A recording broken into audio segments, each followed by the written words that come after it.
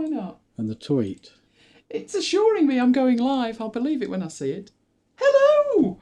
Whoa, this is amazing. Now, you see, you won't notice any difference.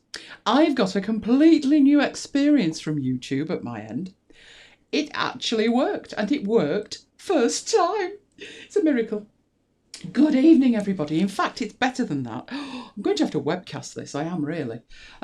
It's a totally new live stream setup from YouTube, which means it seems to work, and two, I can see the chat on one page, which before had to have to do a lot of jiggling.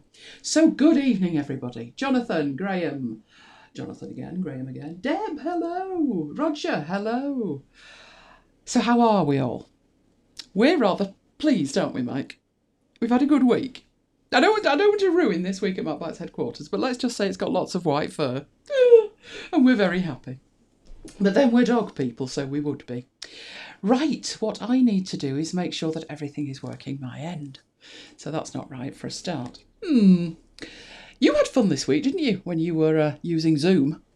That went well. Talking to me? I am talking to you, but you're totally ignoring me. No, I had headphones on. Well, don't do that. Pay attention to me. Where did ScreenFlow go? That's better. You've totally forgotten what happened, haven't you? Yeah. No, using Zoom. It carped out. It kicked me out, yes. I ended up using the internal microphone. Ah, joy, joy, joy. Ah, good evening, Peter. Right, I'm going to just make sure that you can see my screen. This is all going far too smoothly. I'm liking this new YouTube thing. Do you know, it'll get a gold star tonight if it doesn't log me out unceremoniously between me starting the stream and ending the stream, which it has done every week for the last about 6 weeks. But never mind that. Let's make sure that you can see my blue desktop. We know you can see my blue desktop. And then see some slides. And then I can show you what we're doing tonight. We're kind of still in holiday mode, aren't we? Well, I am. We're in that kind of week, to be honest. Actually, I didn't put it on the slide, but I wasn't very well on Tuesday. Now, why is that last week's after hours and not this week's after hours? You don't want to watch last week's again, do you? Okay. Hello, Carl. Who are Liverpool playing this weekend? Not playing us, are they? And when I say playing, you know, United haven't really bothered turning up this season yet. Will all come good in the end, apparently. Right, so what have we got for you tonight? Well, is Kim with us yet? We have dental tourism and why it's not a good idea to bother. This came out of a discussion at the end of last week's show. And Mike headed off and found the photos, but I didn't get a chance to share the photos at the end of last week's show, so we'll be doing that. I have a whole range of freebies for you because it's the first full week of the month. So I think it was Labour Day, wasn't it, on Monday? It was. So all the freebies seem to be a little bit late, but I've got them now. Then there is screen capture tricks. I talked about the most amazing app that I use, and I have got that app to demonstrate, but the story becomes longer and more convoluted, as I'm sure you can imagine, as it always does here. Then we've got Mike with Geo... Oh, I've put date. It's auto-corrected, Mike. That's shocking. It should say data. It did say data. I swear I typed that 3 times and it said data. It's Geo-Data in Excel. Then I'm looking at Notion templates and a few tricks that I use this week. It could be worse. Could have been geo-dating. Oh, it could. Well, actually, yeah, that's a good point. I've just literally thought, for one of my demos tonight, I need to have some... Do you know, I haven't put that up there again. This is what happened last week. I'm going to put a dirty great big post-it note. I've missed something out of the agenda, which I did last week, which explains why I didn't do it last week. Now I need to put it... where is it? It's disappeared from... Oh, for crying out loud. I'll just try and remind myself that I'm doing that demo. Good grief, this is a good start, isn't it? It might sound like I've been drinking, but I haven't actually. Where was I? Yes, so, yeah, a few designer tricks that I needed this week. I was following on from last week where I was doing some MacBites posters. And if you remember, I went through a few tips and tricks of that one as well. Well, I was carrying on doing that, and I came across this issue, and I thought that would be a good tutorial. So I'm going to be asking questions, so you've been warned. Good evening, Chris. Nearly missed Chris there. So that's what we're doing. But we are, as ever, we are starting off with the week at MacBites headquarters. Which, not bad. What you say? Rate the week out of 10? I felt rough on Tuesday, so a 7 for me. But never mind. Saturday was a really good day. Saturday was one of the very few days, I think about 3 in the year, that's a blissful day of rest. So Saturday we didn't have anything planned. That was just getting us ready for the week. Sunday we went on one of our history walks. Again, it was the cemetery. I know you think we're very strange. That one was very interesting because it was all about a murder story. So this guy, actually from this area, went over to America and there was a murder involved and he ended up back here dead. So that one was fascinating. But the weather looks beautiful, doesn't it? It was a little bit variable. Very variable. But then we found this. And I'm still fascinated by that, aren't you, Mike? I don't even know how you would describe that one. That is actually a gravestone. And it looks very, very, very rough, but it's for a lady. So we initially thought, oh, it must be somebody who's into mountaineering or something. And it is engraved, so it's supposed to look like that, and we've no idea why. So if you have, do let us know, because that was one of the things of the walk. Then on Monday, I think you can do the death march here, Mike. It was back to work. Yeah, after our week off, we went back to work. Thank you, Mike. But Wednesday, things perked up greatly. Lola arrived. She's still with us, bless her. Some of you will know way back in the day, 2001, we got our boy, our Samoyed, who's called Maya. And he died in 2013. A couple of weeks later, Mike met a young lady with a puppy, a Samoyed puppy. And we'd just been saying it's the first Samoyed puppy we've seen since we lost Maya. Anyway, roll forward 3.5 years, and Mike met up again in the park with the lady who owns the Samoyed. And we said, if ever you need the Samoyed dog sitting, we've got the dog. So she's with us. So Wednesday she arrived, sticking her tongue out, not happy to have photographs taken until she's been for a walk. However, by Thursday, we think we exhausted her. She didn't even have time to take her suit off before she fell unconscious. She is actually alive. She might not look it, but she is. Kim, you have arrived at just the right moment. As I was saying, last week we had a discussion about dental tourism, and there was a few here who were really keen on the idea. But I said, don't do it. And we talked about some photographs, and that was what I was saying earlier. So my dentist is fabulous. That's my dentist. And they've got a really active Facebook page. Not that I tend to interact much on there with them, to be honest. But they do have a fantastically active page, and they put up advice. They put up things about the staff. One of the staff's just gone back after maternity leave, so there's pictures of all that. But they also put up this story, and it was a while ago now. I think it was over 18 months ago. About this person who had turned up looking for assistance after they had been abroad to have implants. So Kim needs to really ready herself here. This is bad. So what I'm going to say to you is, warning, seriously, these pictures are not good. They are not of the person. They are of what should be a retained denture. So if you are of a nervous disposition, you are warned to look away. We will have a countdown. So 5, 4, 3, 2, 1. Make sure you're looking away if you don't want to see it. That was what they walked in with, in their hand. 1, that's appalling. But 2, yeah, those screws, they should be somewhere in the gum. Not great. So as you can see from this, not only that, I don't know how long it was, because looking at the top of it, I wouldn't want to put that anywhere near my mouth. I'm sure Kim's seen it many times. That's bad. You've got to admit, that is terrible. I mean, for that to come out, whoa. I had to have the screw parts. Now, mine isn't like that. Mine are actually individual teeth. Not all of them. They didn't all need it. But where I had a problem, I have 4 of those screws, but They're individual. They don't have a mountain full of teeth hanging off them. But when I had the screw part that you can see there installed, I had to wait 6 months and have a series of x-rays to make sure everything had taken, and would take one tooth. So to hang that lot up, not good. Kim, oh no, oh, indeed. So they walked into my dentist with that and said, can you fix that? And what I mean about dental tourism is, just imagine trying to get that back on a plane with you. I doubt you'd be allowed. So that's what I was saying about it's when you need help that's the problem. If it works first time for you, fantastic. But if you need help, I mean, my dentist was like, we're not touching that. We are not putting that back in. And I can understand why. So that was the dental tourism bit. Let's go on to some freebies.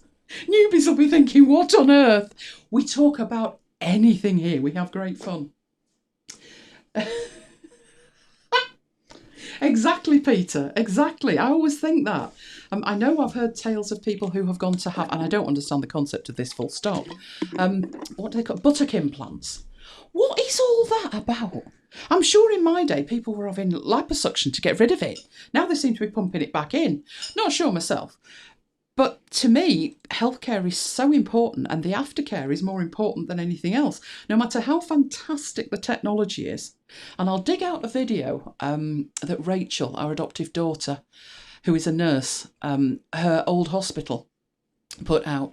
It's the most amazing work. The technology, she said, you've got to watch this video. I know you don't like anything medical, but the technology in here is amazing.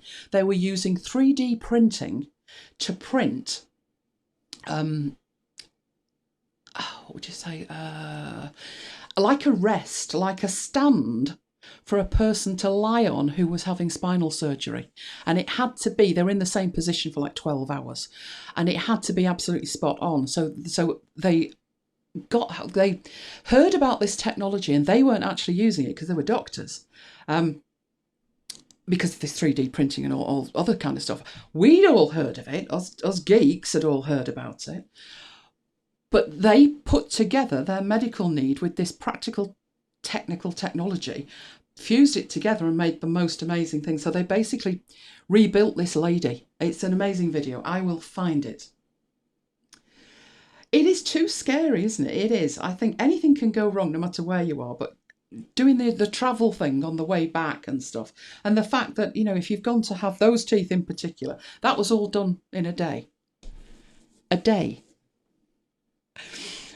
I remember I wasn't even disappointed when my dentist said to me, it's going to take 6 months to see if it works, and then after that we're going to have this, and then we're going to have that, and then we'll have to test it. And I was like, okay, yeah, that's fine, because I'd rather it worked. And I had to have what my dentist called a bionic bone graft. So it was powdered bone of some description, synthetic powdered bone. But you need to be able to go back. And the things that they tell you, and it was like, ring me. In fact, my implantologist gave me his mobile number. That's the kind of aftercare I need. Anyway, let's go on with the freebies.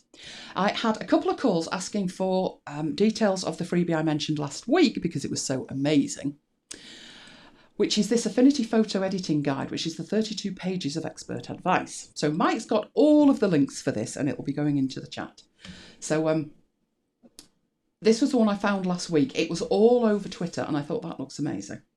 So that is still available.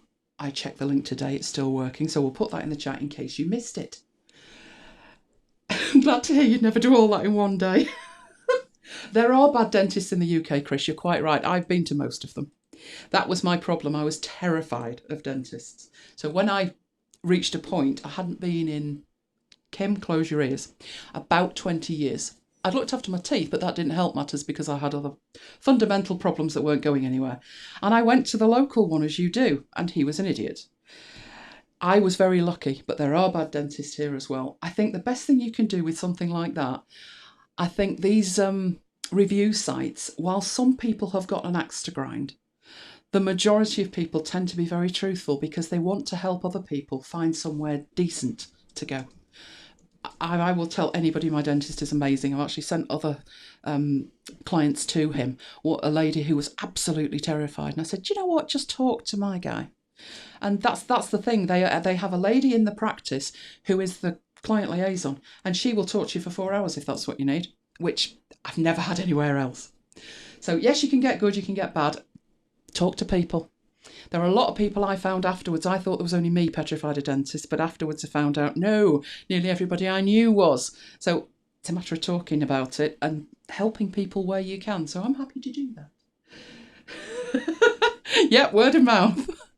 Right, new this week are the Creative Market freebies. We have this week Procreate stamps there at the top. Also fonts, so plenty of fonts, a couple of photos and some mock-ups. Now I must admit I do like mock-ups. I do play happily with mock-ups. That's the one in the lower right hand corner.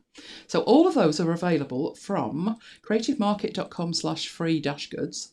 As I always say, download them. You never know when I'll be using one of those in a demo.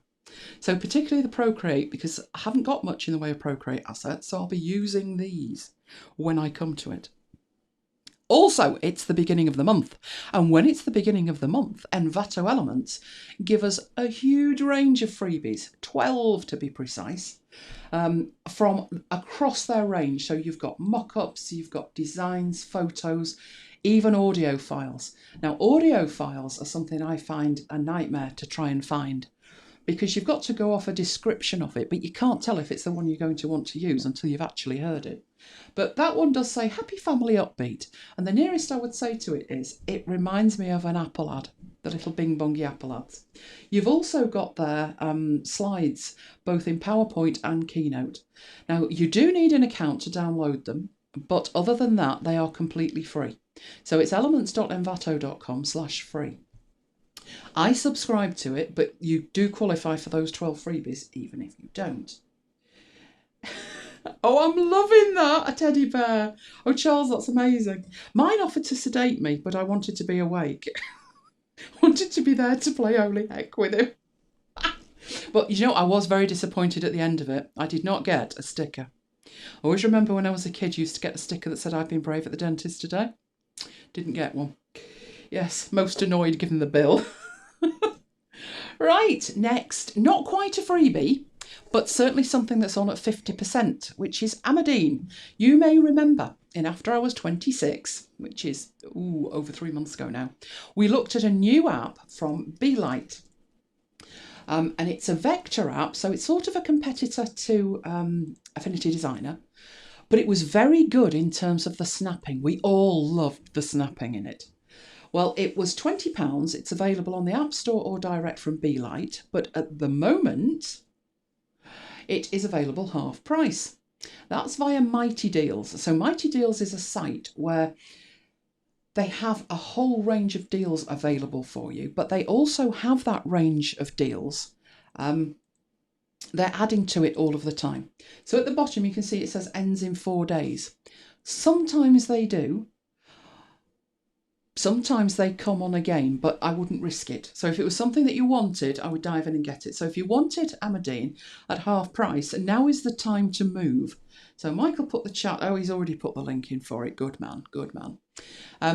We decided it was very good. It wasn't going to replace Affinity Designer anytime soon, but it is a version 1 and they're working on it, and they are working on an iOS version. So if you wanted to get in for half price right now, there's a good deal for you. Now, last week we talked about screen capture, and I said Snagit could do OCR. And it does. It does screen capture, it does videos, it does annotations, but it does much more as well. So all I'm going to show you today with it is that capturing of text bit. So let's go out and have a look at that. Oh, I'm liking that, Graham. An adapter. I haven't got any Olympus lenses, unfortunately. But yes, I'll have a look at that. I've got actually an old Pentax lens. I've got 2 Pentax lenses from the sort of mid-80s. I'm thinking they're way too far to go. Right, so I said Snagit, didn't I? Here's Snagit. Here it is when it opens. Are we thinking of opening? And are we thinking of doing that anytime today? I don't believe this. Oh, I haven't got, there it is. Opened up on the other screen. I've got 3 screens. It's opened up on the one I look at last. Right, so that is Snagit. I replaced Skitch with it. it can do a heck of a lot more than Sketch, but I found it at the beginning a very heavy app. And what I mean by that is there's a lot of interface, there's a lot of options, and if you just want to take a screen capture, you just want to take a screen capture. But over the time I've worked with it, one, they've developed it greatly, and two, they don't shy away from putting features in the Mac version just because they wouldn't work in the Windows one. Which may sound strange, but some applications do.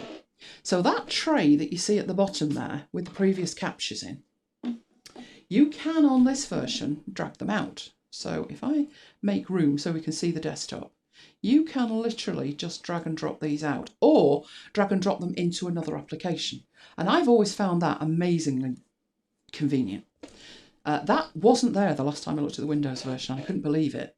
But they have put it in the Mac version. So I like the fact that they're a company that acknowledge different strengths of different platforms. There's lots of features in the Windows version that the Mac version doesn't support, but horses for courses. If your OS supports it, then TechSmith are making sure that their applications support it, which I like to see. The other thing that's very good with it, well, a couple of things. You have the option of a maintenance contract, which sounds diabolically dodgy.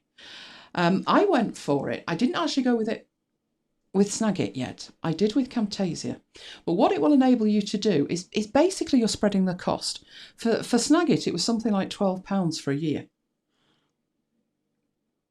The idea is that you, if there's a major release in the time of your maintenance contract, you will get it free of charge. The reason I didn't go for it with this one is I thought there isn't going to be a version within 12 months, and I was quite right, there wasn't. However, with Camtasia, I thought there was a chance there would be, and there was, which meant I didn't pay for the second one.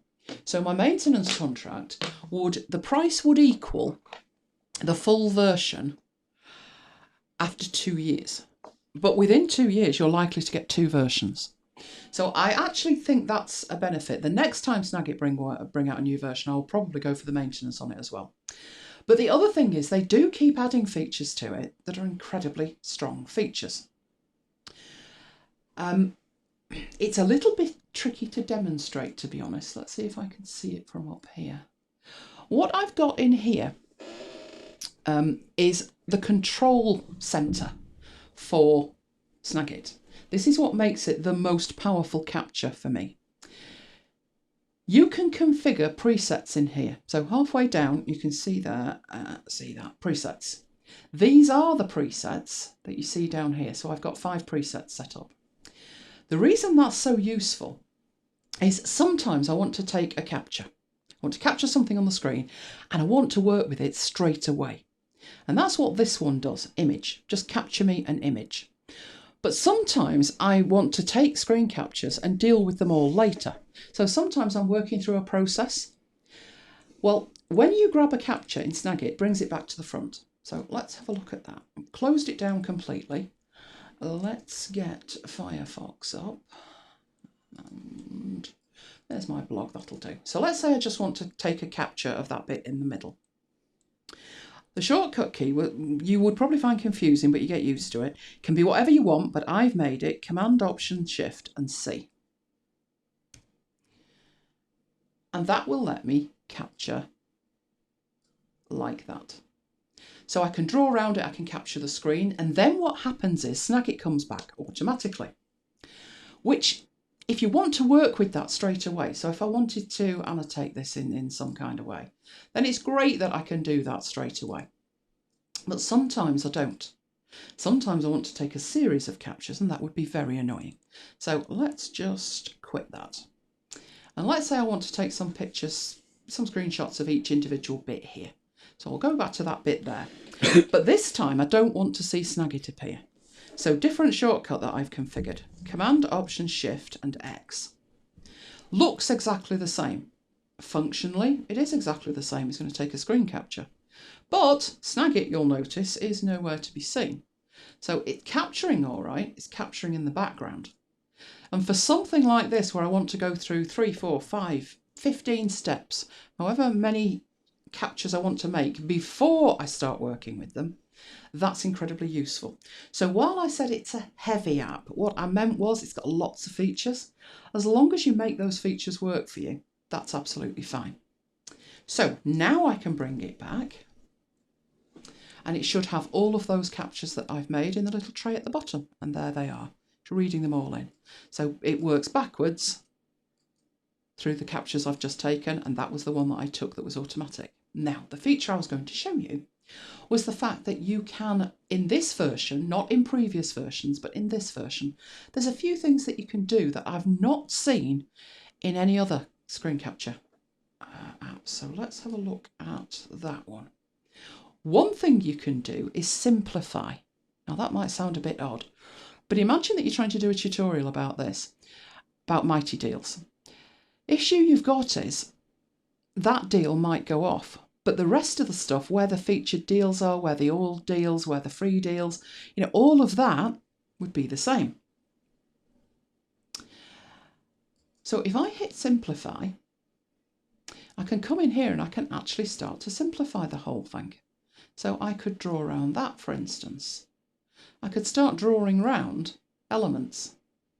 So with that one, I probably wouldn't want it that colour. I would probably go for something like that with a rounded corner, which I can probably do from in here, like that. I might want to simplify that one down the bottom, like that.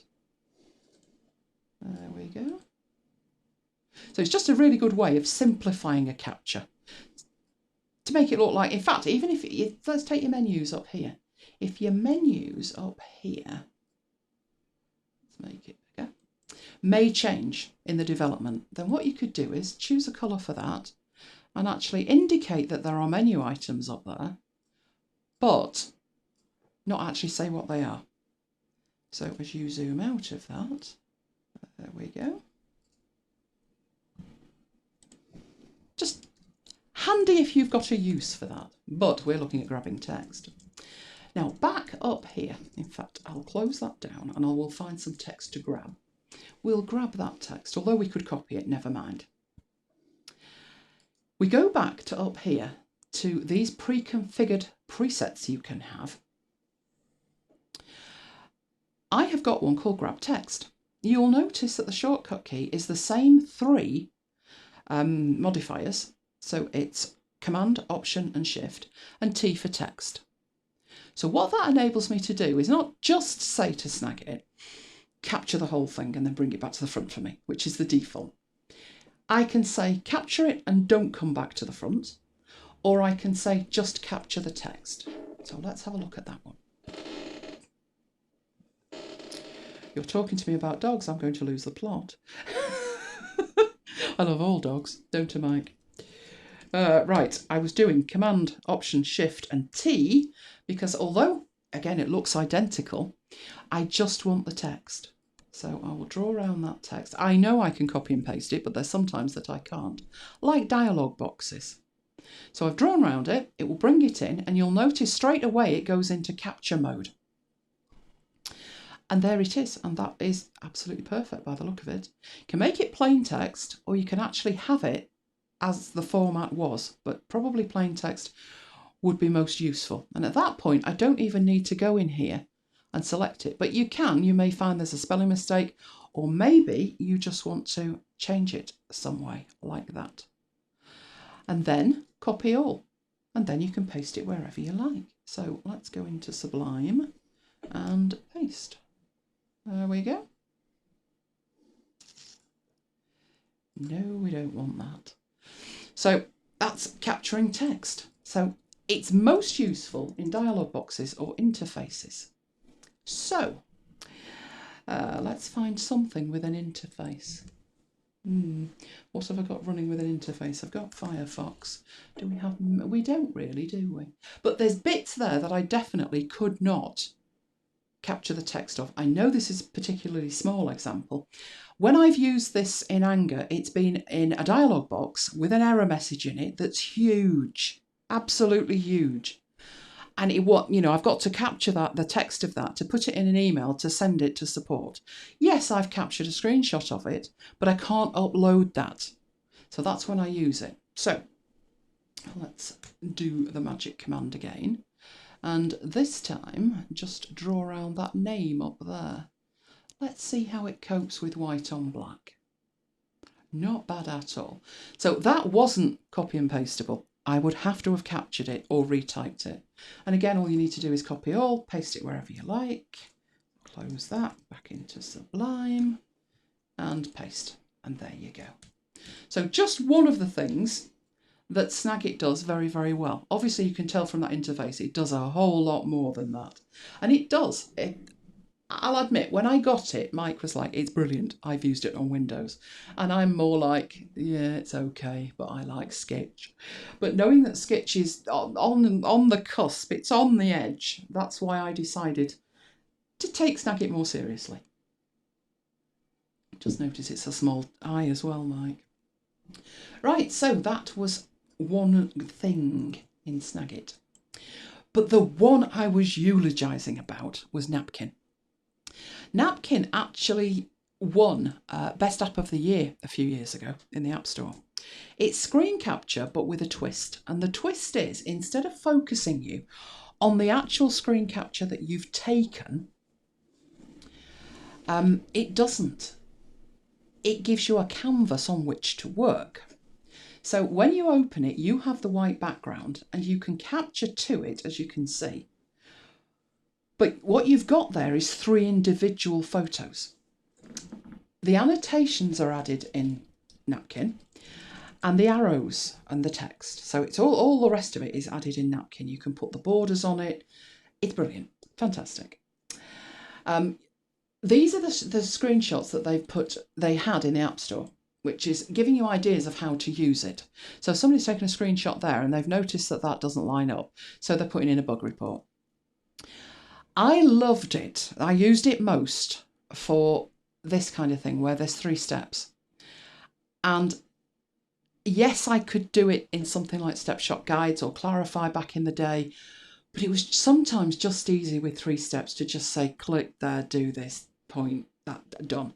All in one. So if that was Snagit, I'd have to take 3 screen captures. I can do zooms in Snagit now, but that was a new feature. Napkin was the only one who had zoom at the time. Sometimes it's just easier to put it together, the 3 steps together. It could do what's become fairly standard stuff, which is pixelation and blurs and things like that. I also love the fact that I could send it using the share, so the send sheet thing.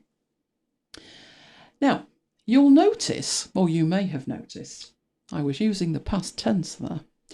I do have this on my machine. I also have it on my newest Mac, which was the MacBook Air that arrived just before Christmas.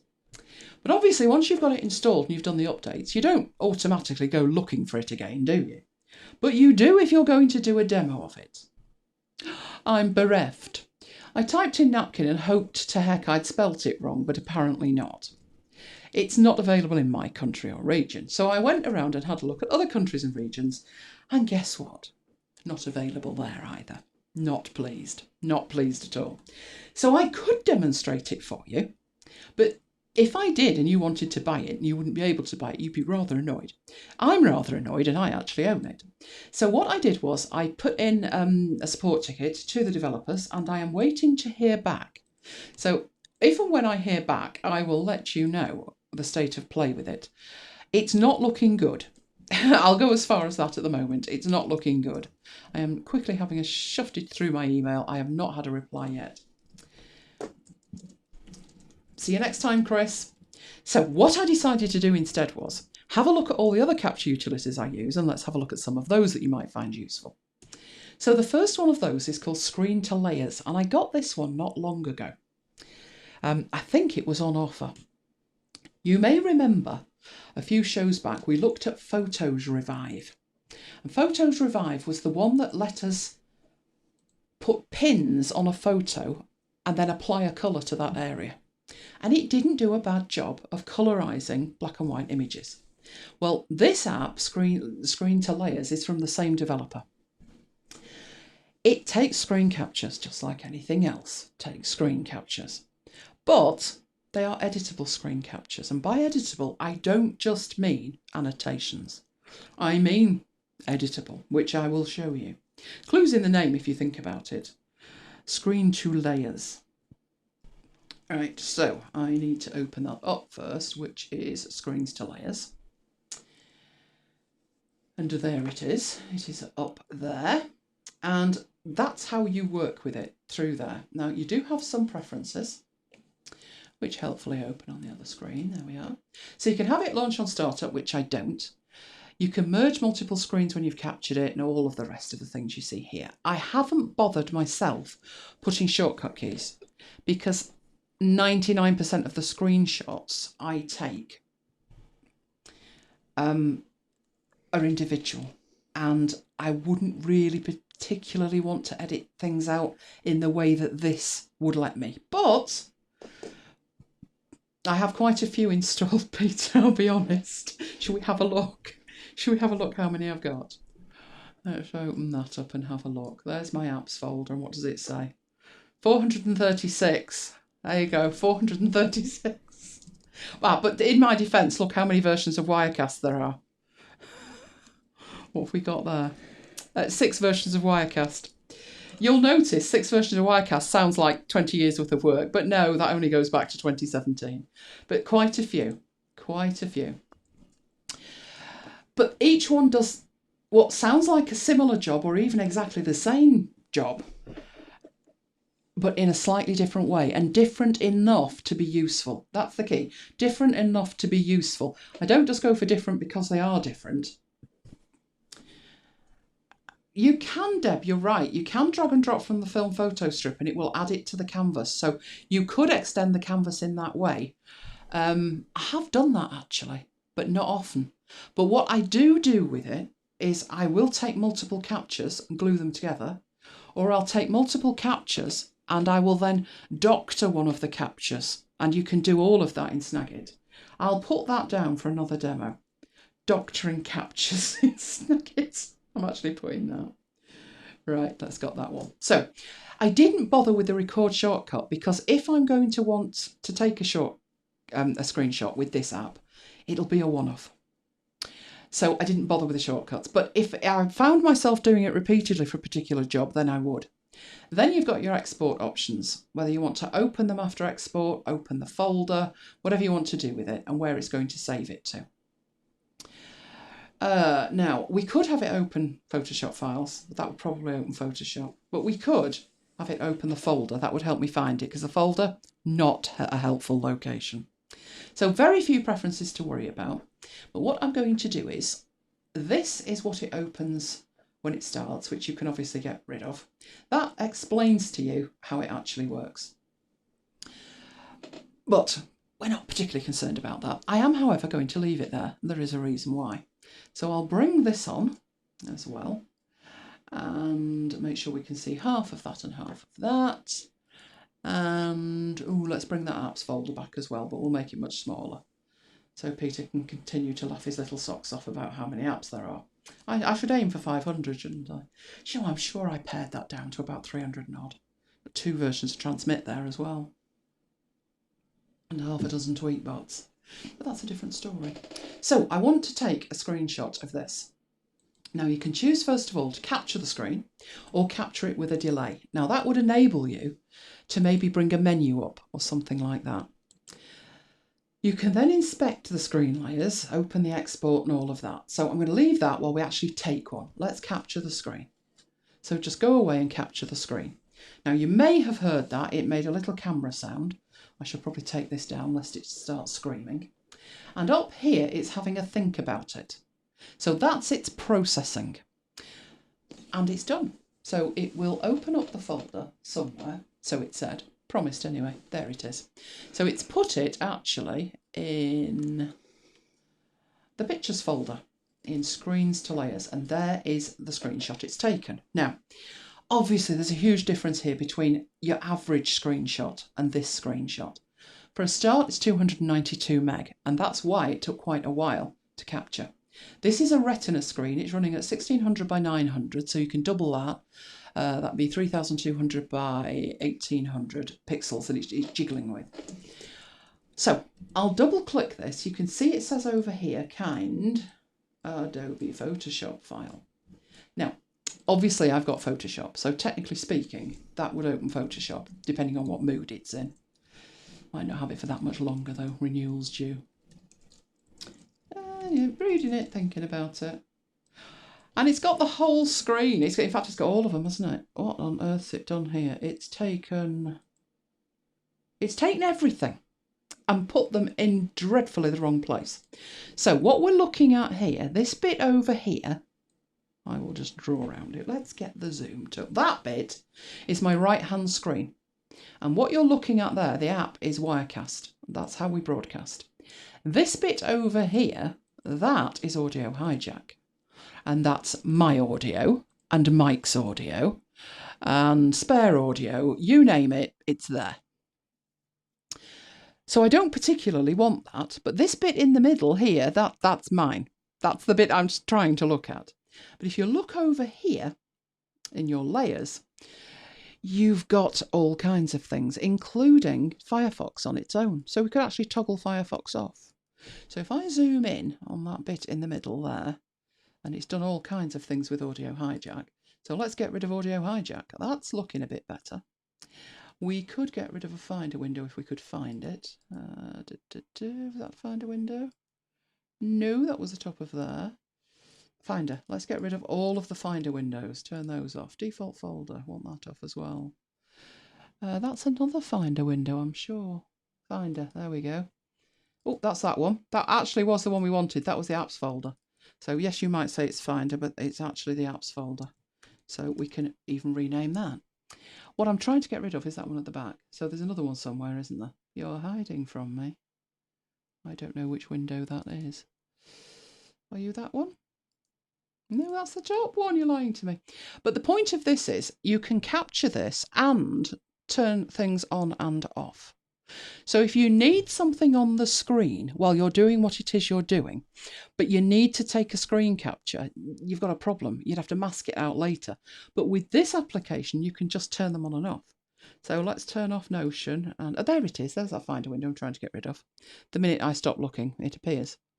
Now, I've got Firefox at the front, which is that one. So I've got Firefox selected there, which should be that one. Retrospectively, I can completely redesign that screenshot. So you could do that with all of them. There's the apps folder, so we'll move that. There's the screens to layers, I can move that. So you could have a complete mess on your screen, but you can tidy it up later and turn things on and off if you don't need them. I did have an app that did that, and I can't for the life of me remember what it was called. But I had it for a good long time, and then they stopped development of it. So I was very pleased when I found that app. Now that is it. I'm going to save that file, that Photoshop file, and quit Photoshop. Because 99% of you don't have Photoshop, don't want Photoshop, never want to hear about Photoshop. You can open that Photoshop file with Affinity Photo and or Affinity Designer and Affinity Publisher as well if you like. So let's open it up in Affinity Photo and see what it makes of it. Hopefully, shall I use a very British phrase? Not a pig's breakfast. But no, that looks pretty decent. It's got my screen on the left-hand side, my screen on the right, which I've tidied up no end. I may be able to find Wirecast. There's Wirecast, so I can toggle that off. And I could then crop that to just get the middle bit. But what we have got in the middle bit is exactly what we had in Photoshop. So it doesn't matter if you haven't got Photoshop, it's saving it basically to a layered format. It just happens to be a Photoshop file, but it doesn't have to be opened in Photoshop for that. So that's it, capturing a screen.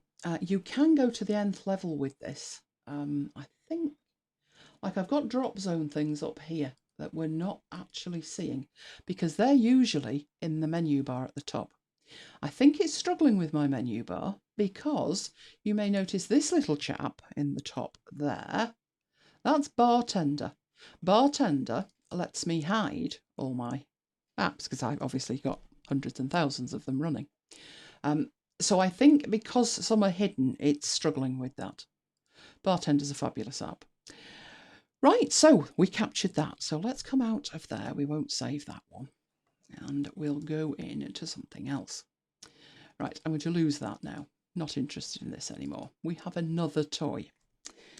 So that was capturing your screen. There is another app, same developer. You get that from the name, I'm hoping. That's WebToLayers. And what that gives you is editable web captures.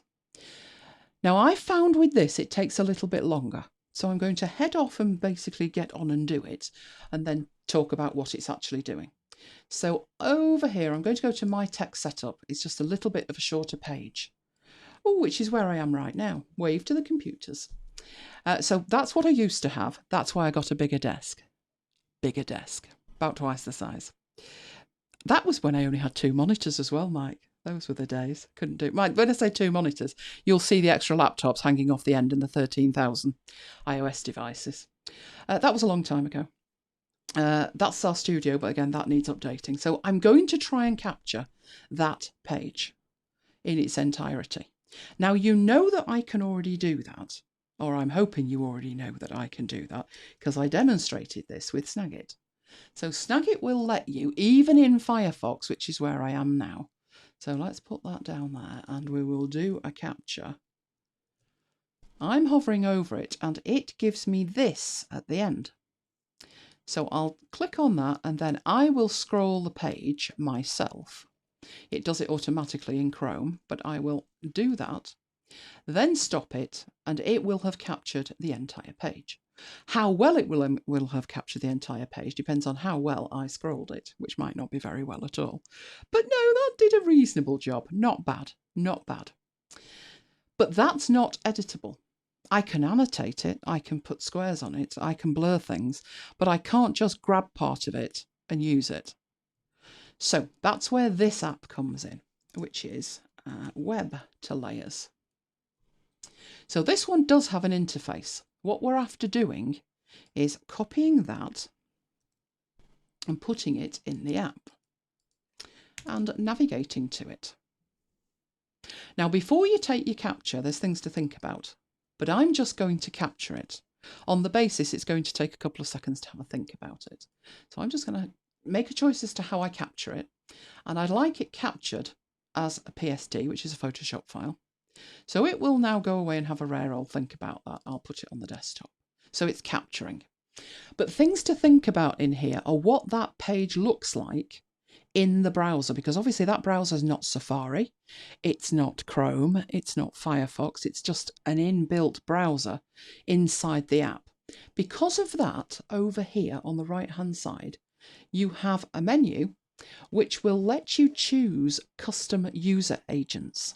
A user agent is the identifier for a browser that's sent across the web. Good morning, Neil. Good to have you with us. And you can choose which one. So if you want to say, where that comes in really useful is somebody's designed you a website and you had a requirement that it looked all right in Microsoft Edge, but you're on a Mac. You can send a user agent of Microsoft Edge and it will re-render that page as if it was being viewed in Microsoft Edge. So fantastic for web developers or anybody who needs to send something to somebody and say, do you know what, this isn't working in my browser. You'll see the progress in the middle here.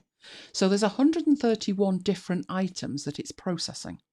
So, for example, each one of these icons at the top, the grey bar, the background, the logo, the text, the pictures, each and every element is separate and it's capturing each and every element and putting it on its own layer. So that's why it's taken a little bit of time, and that's why I decided to talk over while it was doing that rather than sit and mesmerically watch it. Okay, so it's done it. It's put our Photoshop file on here. That one is saying it's 156 meg. I would think more than that. Let's have a look. No, 157. Fair enough. And the upload icon is because I have my desktop in iCloud, so it's uploading it to iCloud. But we can open that. So let's open it with Affinity rather than wake Photoshop up again and have a look how well it did. You can see that behind it needs to look like that. Spot on. More accurate. That picture didn't come out too well in Snagit, if you recall. Let's have a quick look at that picture in Snagit. We only had the top of the monitors, I do believe. There, that bit. And that bit's only got half of the desk. The first two were great. The reason it's done that, I think I think mainly it was Firefox. You have to scroll it, so it's very hit and miss. But this is absolutely perfect. Absolutely perfect. Now, in terms of what it's done with the layers, it's very clever.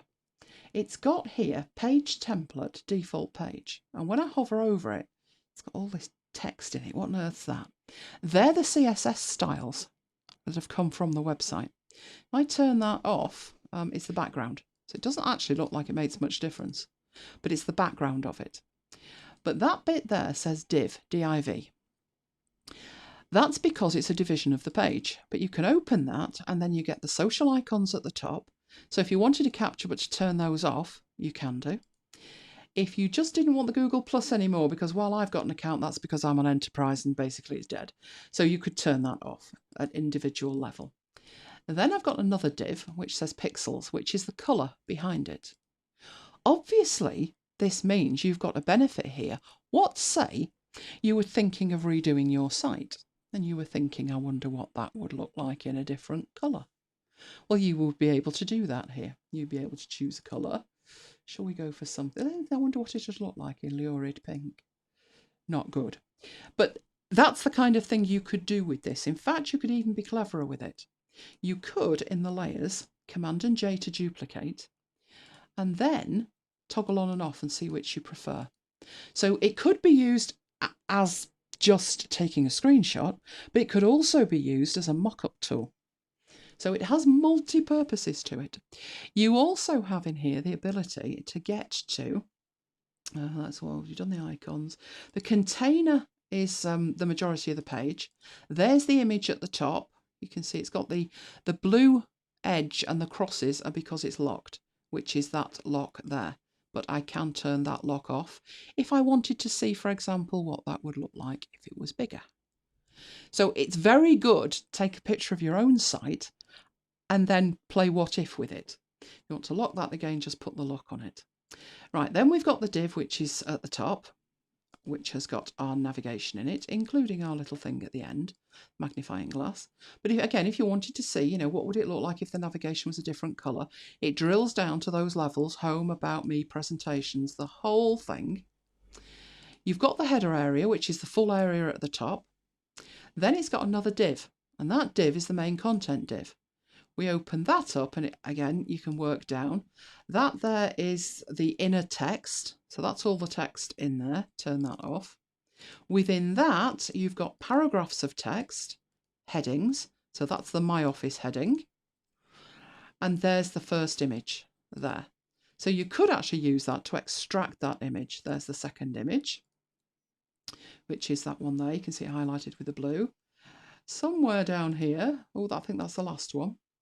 That is the, that's old. I now have, mouse is still the same. Keyboard's grown. Got the numeric keypad. And I've now got a new trackpad. And there should be another one somewhere. There we go. That was the monitors there.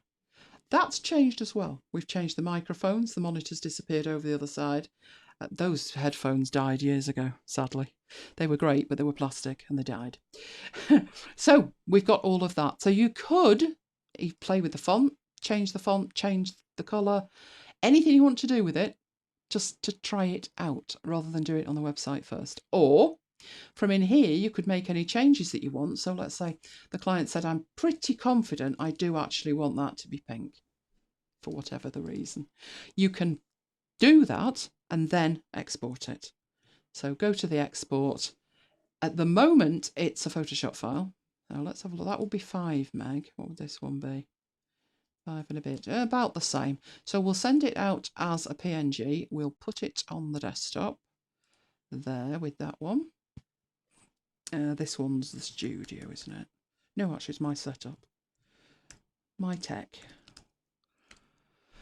I didn't put it on the desktop, did I? No, it went in Affinity Photo. That was playing around last week, but I can find it. Right, let's go and find it. Affinity Photo is in Application Support, Affinity Photo, and there it is, My Tech. So I'll open that there. And there it is with the pink top on it. So let's zoom in and see the pink top. So you can send it to the client. No harm done to the real website. And actually it's pixel perfect as well. So just really useful for making changes like that to a website, and that's what I've used it for with clients. Rather than I can go in, obviously I've got access rights to go into websites and make changes, but the second they see it, they won't like it. So I would rather take a screenshot, do a mock-up, and let them have a look at it before we make anything catastrophic. Because the thing is, it'll be, oh, we've got all the time in the world to do that, so I'll do it, and then I won't have all the time in the world, and they'll want it turning back to how it was before. So this way, no harm done until you're absolutely sure.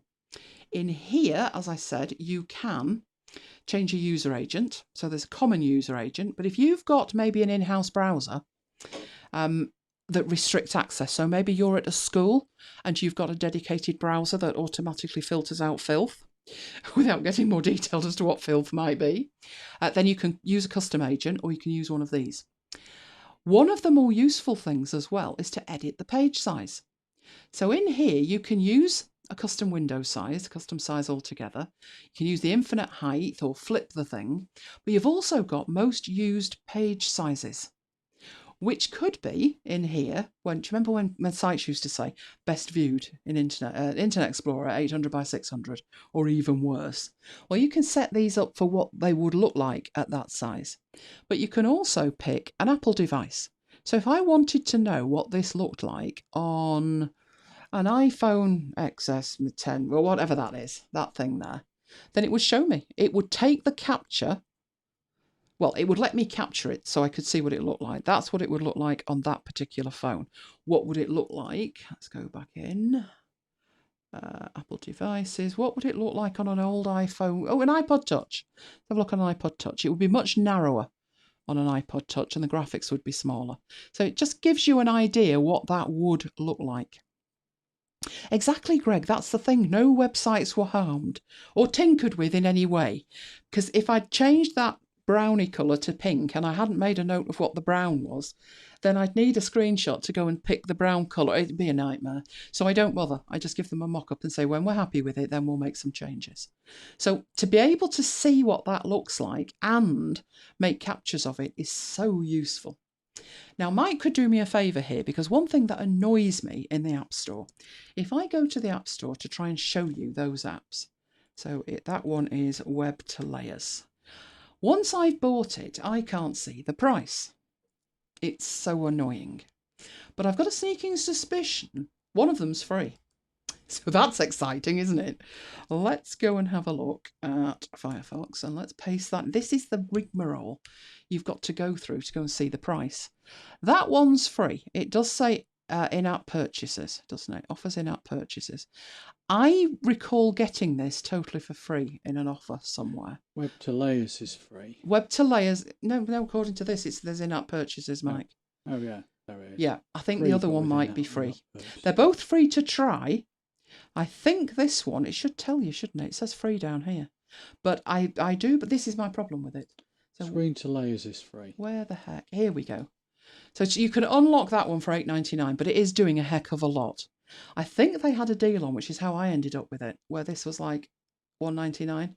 And I thought, I'll do an in-app for $1.99. But once I tried it, I thought this is actually very powerful. Very, very powerful. And the other one is completely free. So the first one I showed you is completely free. So from the same developer, there we go, ScreenToLayers. See, it doesn't give you a price. It just says open. That annoys me. But Mike's saying it's free and there is no in-app purchase with it. So I do believe that one is completely free. So definitely worth your while investing some time having a look at that. All of them. Everything. Have a play around with it. There are other apps that can do similar things to that, but just the fact it's there in one interface and you can do all of that with it, it's very, very useful. Like that, WebToLayers. So I found WebToLayers because I had ScreenToLayers. And ScreenToLayers I only had because I was replacing an app that had long since demised that used to do exactly the same job. And one day I'll remember what it was called. I'm sure it was something. It could actually have been called just Layers. That rings a bell, actually. I'm pretty sure it is no longer with us, though. Page layer, screen. Yes, it's gone. It used to be called Layers. So there's plenty of things in there with layers. That was another one that did it. Screenshot PSD, which I had or have. but there was one called Layers and it was brilliant. I used it for years and now it's gone. But that is a very, very sound replacement for it, WebToLayers. Right, let's get back in here. Oh, it's your moment, Mike. My moment. It's your moment. So this is going to be interesting, isn't it? I'm going to have to turn me down, turn you up, make sure we can all hear you. So do you want to say how do you do and get everybody's feedback as to whether your levels are right? And are you sharing my screen? I'll contemplate it at some point.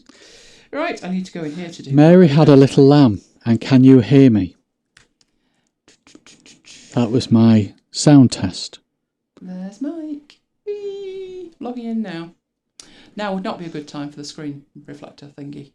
No. To bomb. I was thinking about it. It's always slow with yours. I don't know why. It's blindingly fast with the one next door. But then it's slow with the one next to me. Right, I'm just going to turn off the... I'll go for text only on the toolbar, Mike, and then we can see it. Right. Because I wouldn't want you hampered by being too small. So, can everyone hear me? Let me get that right. Thank you, Neil. Just a minute. Just a minute. I've got to remember not to touch anything or it'll all get upset. In that case, when I'm told, I will begin. Begin. I can begin, right. Thank you very much. Okay. I've called this Geo-Data in Excel, but I think I could have called it Beyond the Spreadsheet, because whenever I talk about Excel, I don't like Excel, don't understand Excel, but I think that's because people look at Excel and they think spreadsheets, formulas, maths, and that puts them off. But this is going to be looking at spreadsheets, but with a difference. No maths, no formulas. I'm going to show you how to build a map from geographic data. So what I have here is I have just over 1,100 rows of made up data. It's iPhone sales for the first few months of January 2019. So I've got an order ID, a date, a colour, and the state where the customer was based who bought it. But you know, this could be any data at all. It could be sales data, it could be financial data, it could be healthcare data to keep up that healthcare theme, it could be absolutely anything. So first thing I need to do, I don't actually need to select the data. The other thing to mention, by the way, is I'm doing this on Excel for Windows because the Mac version doesn't support what I'm going to show you. So if you've got Excel 2013 or 2016 or later for Windows, then you'll be able to use this feature. So I will go to Insert and I will go to 3D Maps and click on Open 3D Maps. Okay, Insert 3D Maps, Open 3D Maps. Has a little think about it. And it takes me into the mapping tool, which is part of Excel. It's just opened it in a separate window, so you can see the spreadsheet is there in the background. And what it does is in this case, it's automatically detected the fact that the column headed state. So if I just move back to the spreadsheet, just move this little label out of the way, the column headed state has got state names in it. Now, it's not the fact that it's the column headed state. The word state doesn't matter. It could have been anything at all. It could have been location, but it looks at the data in there. And it's plotted a little dot against each state on this map. And if I hover over those little dots, you can see the names of the states. Now, I could leave it at that. You know, it could be that I just want to see on a map a visual representation about which states our customers are based in. But I want to do more than that. First of all, though, if you look at the panel on the right hand side, you can see that in the location section, it's picked up state, and it's picked up the fact that what's in that state column in the spreadsheet is a list of states or what it calls provinces in some countries. If I click the drop down arrow next to state province, that shows you all the geographic types of data that you can work with. So you can work with countries, counties, states. You can even go down to street level, longitudes, latitudes, all kinds of different things. Now, let's say that it had picked the wrong one. I can just go and pick a different one. So let's say that what was in column D, I think it is in the spreadsheet, was actually cities, but it had picked states.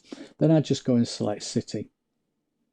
Sometimes Excel can't recognize your data, in which case, when you add a new map, it doesn't put anything into the location, and then you have to add something yourself. And the easiest way is to drag and drop it over from this field list panel into the location section. So there we go. So that's the location. The next thing I'm going to do is I'm going to drag something into the height section. Now, why is it called height? Well, you'll see that in a minute. But first of all, what I'm going to drag into the height section is the order ID. So we've got those 4 columns. I'm going to drag the order ID into there. So drag order ID across to height. And what it's doing is it's actually building column charts. A column chart with a difference. Instead of your standard column chart where you have the names of the states along the bottom and you have the columns a certain height based on the numbers, it's the same concept, but it's doing it based on the fact that we've got this map in the background. It's also defaulted to a sum, and that's because the order ID column has numbers in it. Now, I don't want it to give me a sum because adding up those numbers is meaningless. I want to use that order ID column to give me a count. So I'll click the drop down arrow and select count. Count not blank, which means count the number of items from column A, from the order ID column, that are not blank. So let's click on that one. It also changes the colour. Each one of these statistics, sum, average, count, etc., has a different colour associated with it, but we can change those colours, and I'll come back to that shortly. So again, I could leave it at this. I could just have the bars representing the number of orders per state. And you can see as you hover your mouse over these markers, it tells you which state it is, and it tells you how many orders have come from that state. I'll also drag something into the category section. This is optional, depends on what you are trying to build. You could say the height is optional as well, as I said before. You might just want to see little dots representing the regions, the states. But in this case, I do want to see order ID in there, so let's change that back to a count. But I'm going to drag into that category section of the colour, because I've already dealt with the order ID, I've dealt with the state, so the state is in the location, the order ID is in the height, so I want to add the colour into the category section. So let's do that. Let's add colour, drop it into category. And what it's now done is it's taken all the different colours from that column, and I know the colours don't have the right colours next to them, but we'll deal with that. It's taken all the actual colour values from that column, and it's basically plotted each one as an item within each bar. So it's like a stacked bar. And I'll zoom in down the bottom. You can see if I zoom in, we've basically got stacked bars. So each one of the different colours of iPhone is stacked on top of each other for each state. I did want to show those zoom buttons separately in a few minutes, but I thought I'd show you them there because that will help you see the data. Let's just zoom out a bit. I can move this key or legend. I can actually hide it if I want to, just by right-clicking on it and choosing remove, but I actually want to keep it, but I just want to make it smaller. So I'll stick it down in the bottom right. I don't want the word layer 1 there, so you can see that at the top on the panel on the right it says layer 1, and if I click the edit button, that'll let me rename it. I'll call it iPhone color.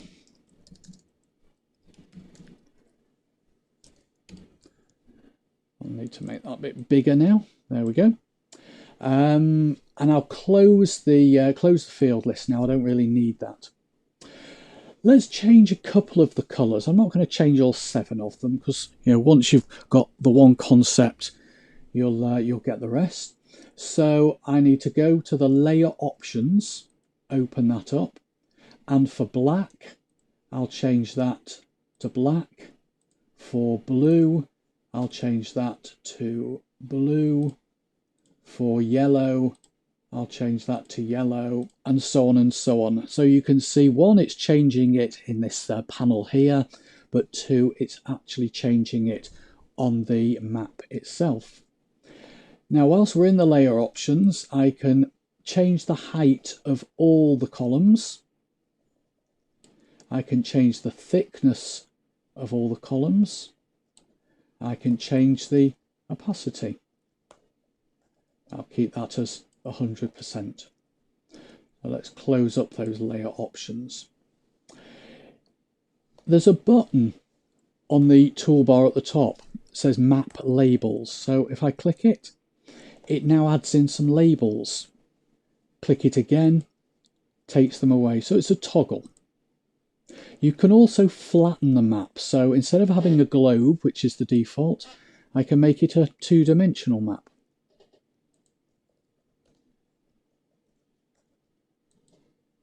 Let's keep it a 2-dimensional map. Now, as you zoom in, you will see more of the state names, and eventually you get to see the roads and all the rivers and the green areas. So you can zoom right in and zoom out. You can also change the angle with the little arrows. You can actually change the angle with your mouse by pointing anywhere on the map itself and just dragging. And if I get rid of the flattened effect and make it back to a 3D, I can do similar.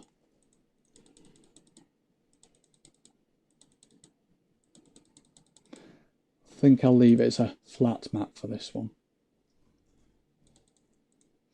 Now, it might be that I don't want to have the map as a column chart, so I have a number of other options. In the data section over here, I can make it a bubble chart. And what that's doing is it's creating a little circle for each state, and the size of the circle is based on the numbers in the or the number of items. So so for example, what have we got here? Florida, I think that one is. Yeah, Florida. That one is obviously a bigger circle than New Mexico. So that's telling me that altogether New Mexico there were 5 orders, and Florida there were 31 orders. The other option you've got is to show it as a region chart. With a region chart, what that does is it uses one colour and it colours the regions with a higher number in a darker colour. And again, you can choose a different colour in the layer options. So now you can see that the higher numbers have got the darker colours. But I think I will put it back to, where's it gone? Come on up at the top. I think I'll put it back to the column chart. There we go. Okay, so once you are happy with it, then before I show you actually taking a screenshot, there's various different themes. So basically different colour schemes.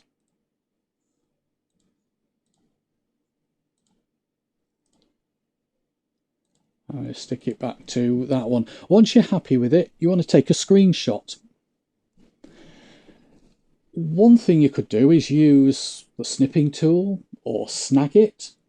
But of course, the thing with that is you're then going to get all the bits in here that you don't particularly want, like the little arrows and the plus and minus. So by clicking on Capture Screen, that will take a screenshot. That will just store it in memory on the clipboard, and then you can paste it anywhere you like. So maybe you want to paste it back in Excel. So I'll just do a paste, and there we go. Just resize that. Or maybe you want to paste it into PowerPoint in a slide. You could do that. Or maybe you want to paste it into some kind of report that you're creating in any other application. Now if I come out of this and save the file, it's a new sorry, that's the PowerPoint file. Go back to the Excel file, save the file, that's better. It's a screenshot, so any changes you make to the data, what you'd have to do, I'll actually just close the I have closed the 3D mapping tool down, haven't I? Let's just close that and don't save that. Yeah, if the data changes, then what you have to do is go back into the 3D mapping tool. Each map is actually known as a tour, so I want to open this tour and then click on the refresh data button. What that will do is that will update the data and it will update the chart, and then you take another screenshot. So that is actually, no, I was going to say that is it, but there's one other thing I want to show you. We have, as well as the location and the height and the category, we have this time section. So I will drag order date, because that's the only time-based field we've got. I'll drag order date into the time section, close the field list down, and you'll notice that that adds a little play bar onto the map. And by clicking the play button, just watch what happens to the map. It's building it up bit by bit. It's an interactive map, and as you can see, if you look at the time at the top left, it's building it up sort of day by day across the 6 months or the 5 months. You can save that out as a standalone video. So for somebody who hasn't got Excel or doesn't have this version of Excel, you can then just save it as a video, and they can play it standalone as an MP4. So that is one demo I want to show you. Does anyone have any questions on that just before I go on to the next demo? Oh, you're talking about VMs and real Windows machines. We were talking about, do we have any real Windows machines? And we do, we have 2, and you have your Surface. I didn't get a chance to add in the chat that my Windows machine did an update and won't turn back on, but yours is fine, I believe. I don't know if it's fine. It's very slow. It is, but you know, it is what it is. Yeah, true. Okay, the second example I'm going to show you is actually the same file. I have a list here of European countries, and what I want to do is I want, in column B, is I want to put the population of each country and then build a similar map from that. Now, rather than me having to go and find the population of each country, I'm going to show you a great feature which is available in the Mac version. But I'm still going to do it on the Windows version because I want to create the map afterwards. So I'll select all those countries and then click on Data and select Geography. Data types are fairly new, so if you've got an older version of Excel you won't see these, but Data Geography. What it does is it recognises each of those items as a country. hence the little icon just to the left. Then I'll click on the icon at the top right, and I get a whole list of things that they call fields that I can select data from. All kinds of things here. Just going through them fairly slowly so that you can see. But the one that I'm going to choose is population. And it automatically grabs the population. It's linked to Bing, I think. It grabs the population and fills it in. What you've actually got is a formula. I know I said I wasn't going to cover formulas, but these are quite cool. It's a formula which is equals A2.population equals A3.population and so on. So it's recognising A2 as a country and it's recognising population as a parameter. If any of the data changes, by the way, if you just do a refresh, so you can go to this block here. In fact, you only have to select one cell and then do a right click, data type refresh, and you can see it's refreshing all of them, and that will update column B as well. You can have more than one item. You're not just limited to sort of population. So again, I've highlighted all the countries, and I'll click the little button and I will choose I'll choose something that's not a numeric value. I will choose leader, and that shows us who the leader is of each country. Now if it can't find that information, it shows hash field. Anyway, I now want to create a map from that data. So just like I did before, insert 3D map, open 3D maps. There's already one map in this file, but I want to create a new one. The 3D map's name is not valid. Is that because of that extra column? Probably. So let's stick a heading in there. Go back to 3D maps, open 3D maps. Try it again. That's better. Okay, so it's put a little dot against each country. It's recognised my column called country is a country. I will drag population into the height section. I'm not going to do anything with the leader. I don't really need this panel here, so I'll right click on it and remove it. I can also close the field list down. It's a bit skewed, isn't it? That's because Russia's got a huge population, I think. But I'm going to change this one now to a region chart. And I'll also change the colour to red. And that shows quite nicely that Russia has got the biggest population in Europe. What I'll also do is I'll add a text box. In here I will put country by population. Make the text a little bit bigger. Make it white text on a black background. And there we've got a nice little heading. Oops. Can't see the text now. There it is. What I'll need to do is bring this whole thing down. Let's add in the map labels. Let's flatten it. Let's zoom out. And there we go.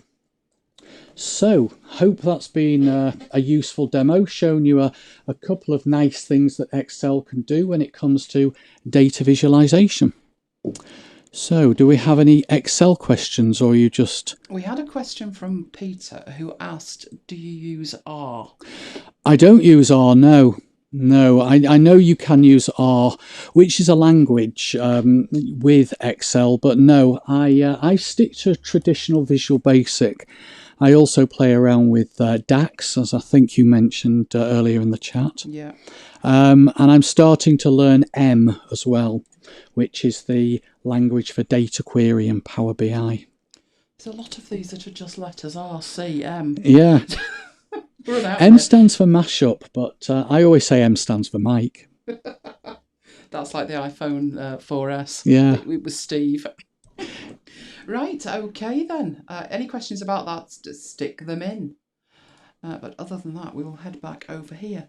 In answer to a couple of things that are going on in the chat, I've just been sharing my computer history. Mike dived straight in with the PC. Typical bloke. I wish I could remember what the Linux version was that I tried. But how I tried it was I got a book and at the back of it there was a CD, and I think it was a CD, I don't think it was a DVD. There was a distribution of Linux that you could actually boot from. So that was my very first look at it, and I thought, I could do this. The only thing that would have given me a major problem back in the day was Photoshop. So I was on the cusp of looking at GIMP, because I'd really had it with Windows. That was Christmas 2005, I remember it well. That was my Christmas present to myself. I thought you're going to do the Linux thing on one of these machines. But we went Mac in the April of 2016, which was a complete accident. I know you're wondering how a Mac could find its way here by accident. What happened was we went to an Adobe show, and they were showing off an application that was in virtually alpha. It barely made its way to beta, called Lightroom, which is still going strong today. And I sat there through the demo, and it was in free beta, and I'm making notes like fury, thinking, oh, this is fabulous, absolutely fabulous. And the last thing he said was, so it's free beta, go download it now. It's Mac only at the moment. And I went, what? Pardon? Sorry? How long is this going to be? And he said, it's going to be at least 6 months. And I thought, well, I'm not waiting. So on the way home from this conference, we stopped off, bought a Mac magazine, something like Mac Format, had no idea. I'd never even touched a Mac since, was it the Apple II? I had an Apple II at university. And within 4 days had bought a Mac, and we went off that weekend to collect it, and we never looked back. So we don't really have the house full of PCs that we used to have. I think the most PCs we had going was 14. And they were all doing servery kind of jobs and stuff, and we managed to really pare it back. I know a lot of stuff's in the cloud now, so we probably wouldn't have that many. But that was the story of how we got onto a Mac. It was an accident. But I wish I could remember which one it was. But it wasn't bad. It wasn't bad at all. It had certain apps with it. So it had enough apps in it that you weren't concerned. It didn't have a text editor and it didn't have this. But I didn't spend enough time with it. It would have been nice to spend more time on Linux. But maybe I will. Who knows? Maybe I'll get an opportunity to do that. Anyway, I thought we'd have a look at Notion templates. I did a little bit on Notion and you were all giddy with it, apparently. So I got lots of feedback with, I want to try this, but I'm not at the level that I can program it. You don't need to be, okay? Notion's fabulous. It is absolutely fabulous, and it's only going to get better. But if you don't want to fiddle around with it, if you're a little bit nervous about getting started, the great way to do it is with the templates. And the templates are all built in for us. So let me get to a page. Let me get to, in my Notion, a page here. That one will do.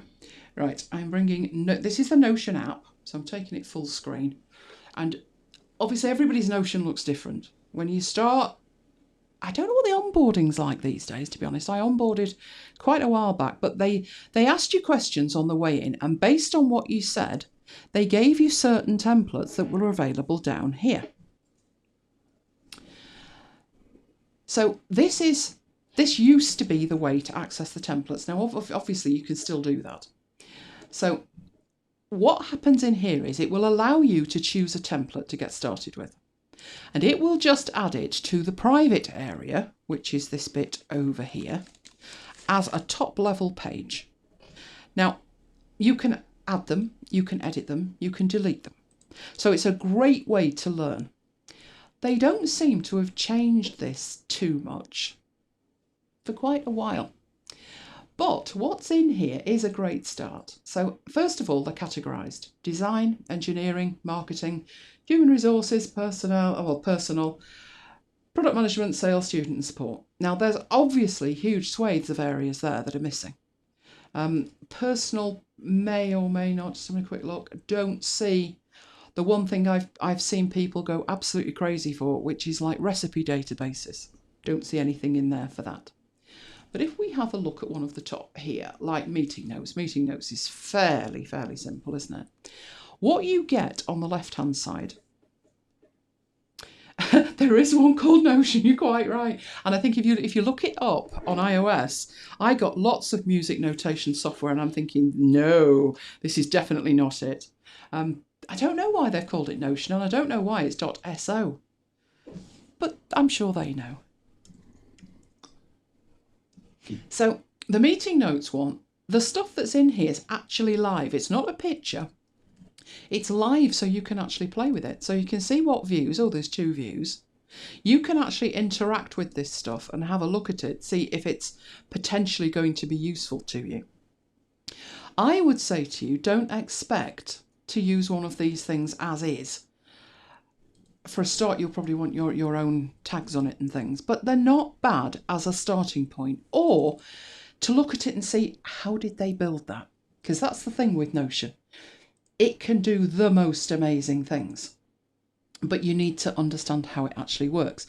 Or more than that, really, not even just understand how it works, but maybe how you need to work with it and force it to do what you need it to do. Now, I found these templates a little bit not what I needed, shall we say. Things like roadmaps and stuff. Yes, if I'm developing applications and stuff. When I do, I tend to have my own system, and it didn't seem to match that. But I was quite happy to build my own. But what is useful is to come in here and just to take this one as an example. In the what are these things? So at the top, you've got a little key here, epic, sprints, tasks, bugs. They've actually they've put a key at the top because in here, you can see where it says bug. Each of these has a little symbol with it. Now they're just emojis, but that's actually quite cool, isn't it? So by looking at what they have done, you could take that for one of your own things. But I just thought, like, a user research database and design tasks and stuff wasn't really the way I worked. I mean, that task list that they've got there, that's design tasks, is, let's have a look at these. They do have other views, so you can view all the tasks. So let's just take this task one because I'll show you mine at the very end. But there's a name for the tasks and there's a status. Not that I'm sure of a status of up next actually does any good. Allocation to somebody, so assigning it to somebody. A date created, a due date and a priority. Now, my task table has a whole lot more fields than that in it. I've based mine on all the fields I can conceivably see I will ever need. But again, it's something to have a look at, so you can pivot it by who, you can view it by my tasks, then choose whoever you are, and there's by due date, so it gives you a calendar. So it does allow you to interact with a template before you decide to use it. The problem I foresee is if you choose a template like that, and everybody thinks that they want a starting point, I appreciate that. If you're using something that somebody else built, you're not kind of invested in it as much as if you'd built it yourself. So I have used some of these, but mainly for research. So again, in the engineering, now you'll notice that some of these are in 2 places. So you have this roadmap here, and there is a roadmap there, and they are identical. So if it's relevant in multiple categories, they tend to have put it in multiple categories. Another example of something that I wouldn't particularly create. Now, you may have a thought on this, Mike. It's a documents library. So they've added the documents in here. They've got tags on them and stuff. And there is the actual document. But to me, if it's a document, it's probably more likely to be in Google Drive. So, we had that conversation about whether documents should be in Google Drive or whether they should be inside Notion or linked to Notion or actually created in Notion. And we discussed SharePoint and all the other things. I'm not 100% sure that documents live in here in my mind. I think it would depend on where the document was going, because one thing that's very difficult, if we look at that one, we have information in there and we can, of course, select stuff. So I've got all of that selected. But But if I was to go into something like Pages, because now I need a PDF of it, and I need it now, and I need it to look decent, it could well be that when you take it out of here, it doesn't look as good as it could. That's not actually bad. What I usually find, I mean, I can fix the formatting, so I can fix the font to something more bearable, more modern in a document. I find sometimes the spacing's off. So before you start building stuff and thinking, oh, I can do this and I can do that, I would say to you, think about what you actually need first. Do you need your documents in there or not? We haven't done the document thing. Our documents tend to be in Google Drive, but your mileage may vary. And there's the meeting notes one again. So again, in different categories. So these are the categories, and I thought it was quite strange, the categories they'd picked. Things like a media list. Keep track of your media. Not too sure about the usage of that. I felt maybe the personal ones would be better, I thought. And to be honest, what they've got there is, I think I used a goals one ages ago, but that's changed. But all of these, point to make is, all of these are there for you to have a play with. So that is a very simple homepage. But if you're getting started with Notion, and you don't know that you can have an icon and you can have a cover at the top, then it's not bad. But I think you'd get more out of Notion if your homepage was moulded to you. So again, it's just a starting point. But in there, you will see there are recipes. So that's one way to get a recipes database. It's a very basic database. There's only information in there of how to cook that one, but it's a starting point. So it might just trigger something in your mind as to, oh yes, I need to add that. So if we take this personal homepage as an example, it's very simple to use it. Go in, have a look at it. Yep, I think I'll start with that. You tap use this template and that's it. It adds it. And it's, as I said, it's at the bottom of the private section and everything that's in there is now available. Whoa, that pink's a little bit too much. Is available for you to edit. So in here, yeah, there is a template button to add a new movie. So I could put in, now I need an Internet Movie Database thing, don't I? Shall I put in one of my favourite films ever? I'm going to a browser and I'm going to the Internet Movie Database and I will put in the name of my favourite film, one of my favourite films. No, it's not that one. It's ancient. It's a very old one, 1950 something. And I'm not seeing it. Okay, I'll go via the actor. That's a better way. Me go via the actor, and I'll definitely find it. No. Oh, don't you hate it? Hang on. Yeah, clearly don't spell it like that. Oh, for crying out loud. I'm doing this off screen as well, which isn't great. I'm basically just putting in the name of a film and hoping to heck it finds it. And it's not doing. I'll pick another movie. What's my other favourite film? Shawshank. Shawshank's fun. Mike's not seen Shawshank, but that's a fabulous Only the movie. play. He did see the play. The play involved a lot of nudity and language, didn't it, Mike? It did. Yeah, considering we went with a church group, there were some shocked faces there, I'll tell you. In fact, the opening scene was that guy naked. Oh, and he was that good-looking piece off EastEnders as well. Right, create a bookmark. That's not great, is it? Oh, for crying out. There we go, that's better. So what that is a template button, and it will allow you to instantly use the templates that they have created. So let's go back up. It added the movie list. Not only did it add this personal homepage, it added the 4 databases within that as well. So we've seen the movie one. The databases one now, we can start to edit that. So if you didn't want, maybe you're a vegan and you don't particularly want that icon, then you can use any of these icons to represent that. Or you can upload your own. Hold on to that thought, because we're going to see mine, and I have uploaded my own. So that's your recipes. And then you've got your yearly goals, which is just a simple list. Actually, my yearly goals look pretty similar to that, but never mind. And then you've got your travel plans.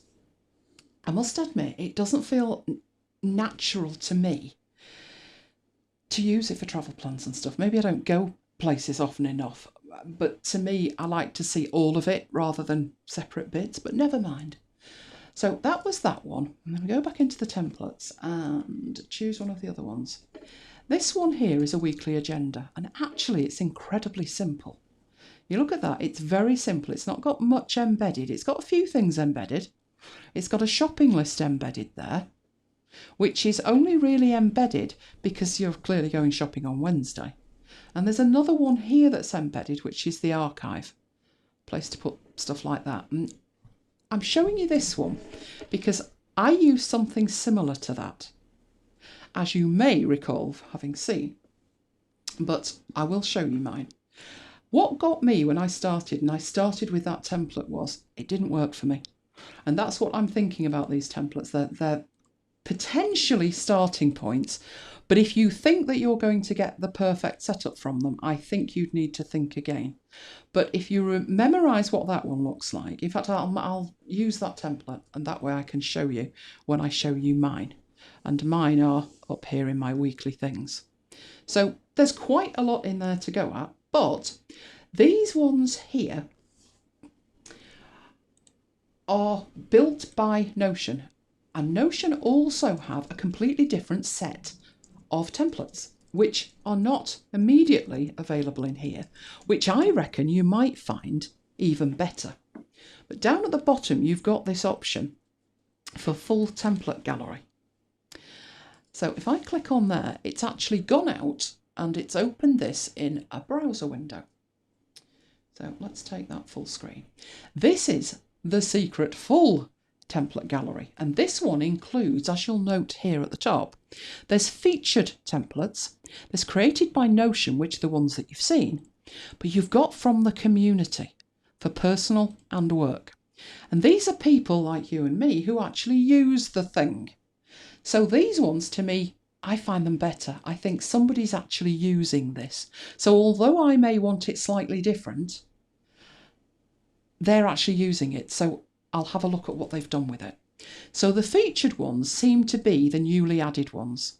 And these ones are added quite frequently, I would say at least twice a month. So these ones here, you've got horizons of focus, finance, project management. Now, there is project management, you've already seen it. That one's got a little picture next to it, so it's a community one. So there may be more of these that do the same job. You may find 5 for project management. I think I found 4 for recipes when I was looking. And you can do the same thing with these that you can with the Created by Notion group.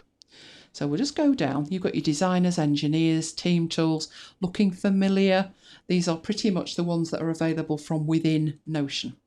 There's your travel planning that was included in that one that I made a copy of.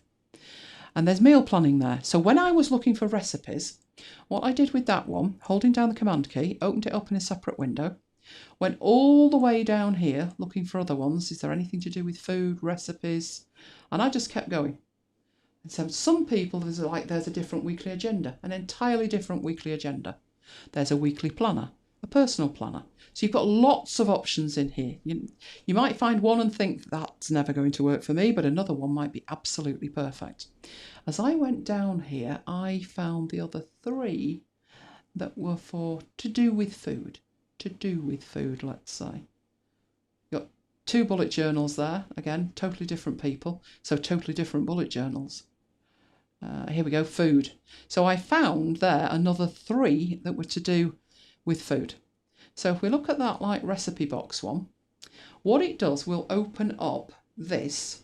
So it will open up that item there that's in a gallery in a little page of its own. But I'm going to say open that as a page so we can see it separately. And that is an overview of it. So it gives you a little bit of blurb about it, which if you think about the templates inside Notion, you don't actually get. So that's incredibly useful. Tells you by whom and where you can contact them. And then there's a photo of it. So there's a lot of work gone into that recipe thing, isn't there? But at this stage, this isn't the one that you put in your copy of Notion. It says there, go here and then click duplicate to add it to your workspace. So this link is actually the recipe box template. This page we're looking at is like a jump off to it. So we'll go into recipe box. Now at this stage, it's not in your copy of Notion.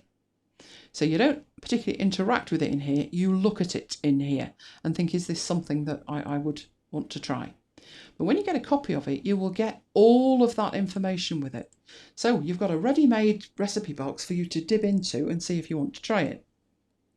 Spicy kale, Mike. Maybe not. Quinoa black bean salad. Not exactly Bramley Farm cake, is it? No. No.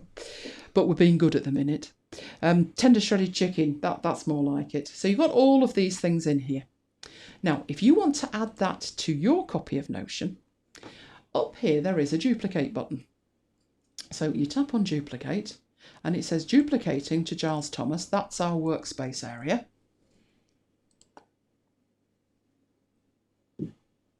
It doesn't usually take that long. The reason it's taken that long with this one is there's quite a lot of data already in there. Normally, you probably only have a couple of items because it's for you. Unless you particularly like their taste in food. And some of this looks very American. I think we'd struggle to even buy some of that over here. But it's done it. Strangely, when you do it with the duplicate button, it puts it at the top of your private area, not the bottom. I don't know why either. But I'll put this down the bottom so we know that these three at the bottom were the ones that I've added. And now it's in your space, you can do whatever you like with it. So you've got all of the views, that's a view by category, which is going to be a Kanban board with lots and lots of pretty pictures. This must have taken hours, but there you go. You've got other views, so things you haven't tried, so you fancy something new, all the things you've not tried, and favourites. But remember, they're not your favourites, they're favourites somebody else has put in. But it's a way for you to get a database that you can instantly interact with.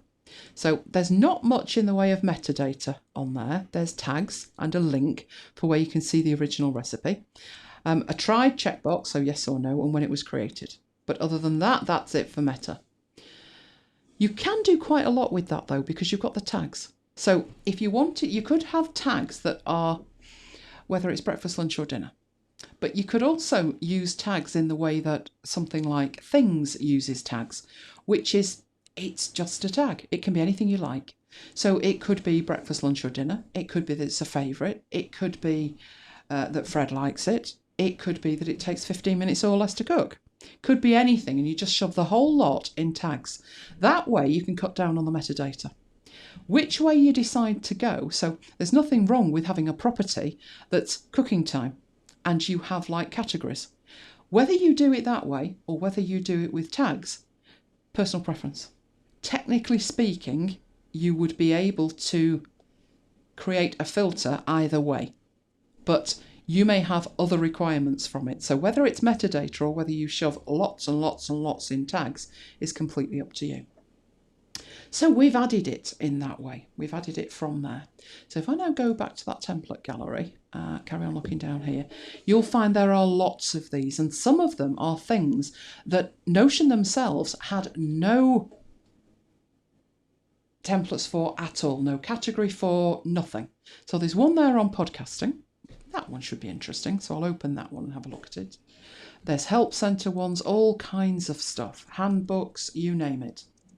Now there's a very active Notion community who meet up once or twice a month online and share their setups. So you can get lots of ideas from other people's setups as well. There was one setup I was looking at when I was at this live session, and it was like, that, I'm never going to be using that. But there was one bit of it and I thought, hang on a minute, I could do that. That's given me an idea. So just looking at these could give you great ideas. Let's have a look at that podcasting one, because you know we use it for podcasting. Does it look anything like this one? No. Our stuff looks nothing like that. But it just shows you, there's very, very huge differences between how people work. So what that looks like there, there's some introduction as to why you might want to do it. I mean, this idea of sharing a public page is fine, but we tend to put it on a website. We do have a database. We do have common resources and links. He's got his production workflow in there. You know that I have that, but we have that separate.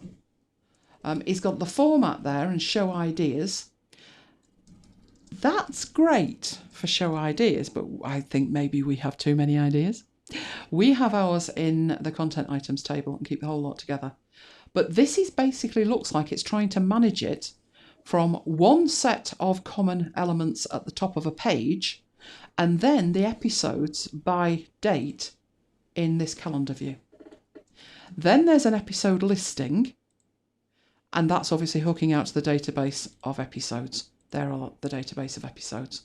So I would certainly look at that, but I think I'd probably come to the conclusion that it would be more value to us if we built it ourselves, which was what we did. But just really showing you that there are, don't think that the only templates you've got are the templates that are within Notion, because the better ones, to be honest, the ones that people have actually built up over time and refined, are not available from there. You need to come out to the web. Now, as I said, it's very simple to get out to the web. Let's get rid of that. It's actually opened that up inside Notion as well as a browser. That's strange, but never mind. So templates, where were you? We were in there, and the way to get to it is this full template gallery. But these ones in here are all made by Notion. The ones outside of that, so these ones, are made by actual users, really using it. One of the ones that I did think was very good was a video production one. Be that one there, I think. Is it you? Yes, it's that one. So let me open that as a page. Hello, Simon. You are very late, but all the more welcome for it. We're looking at Notion and we're looking at templates. So I'm looking at this video production one at the moment. Now, this one's put together by a guy who does videos. He has A-roll, B-roll. He's got audio on it. He has somebody else. No, Simon, you've not missed a thing, has he? Not a thing. Unless you wanted to see the teeth. You might want to see that on catch up. You should show that again at the end. Should I show the teeth again at the end? I don't want to frighten people before bed. You eat too much cake, that's what happens. Oh, certainly got me into the bathroom brushing again. Right. This one is, he makes YouTube videos.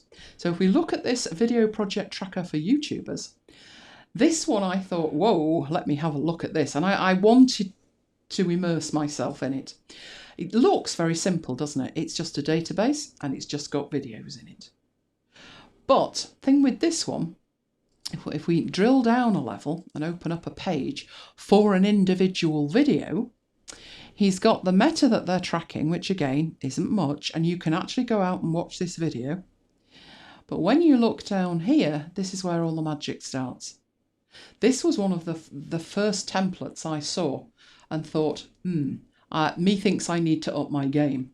I wasn't really, what I was doing was, I'd started with Notion about over a year ago now, and I'd looked at those templates that Notion provided, and to be honest, they're nowhere near as useful as something like this.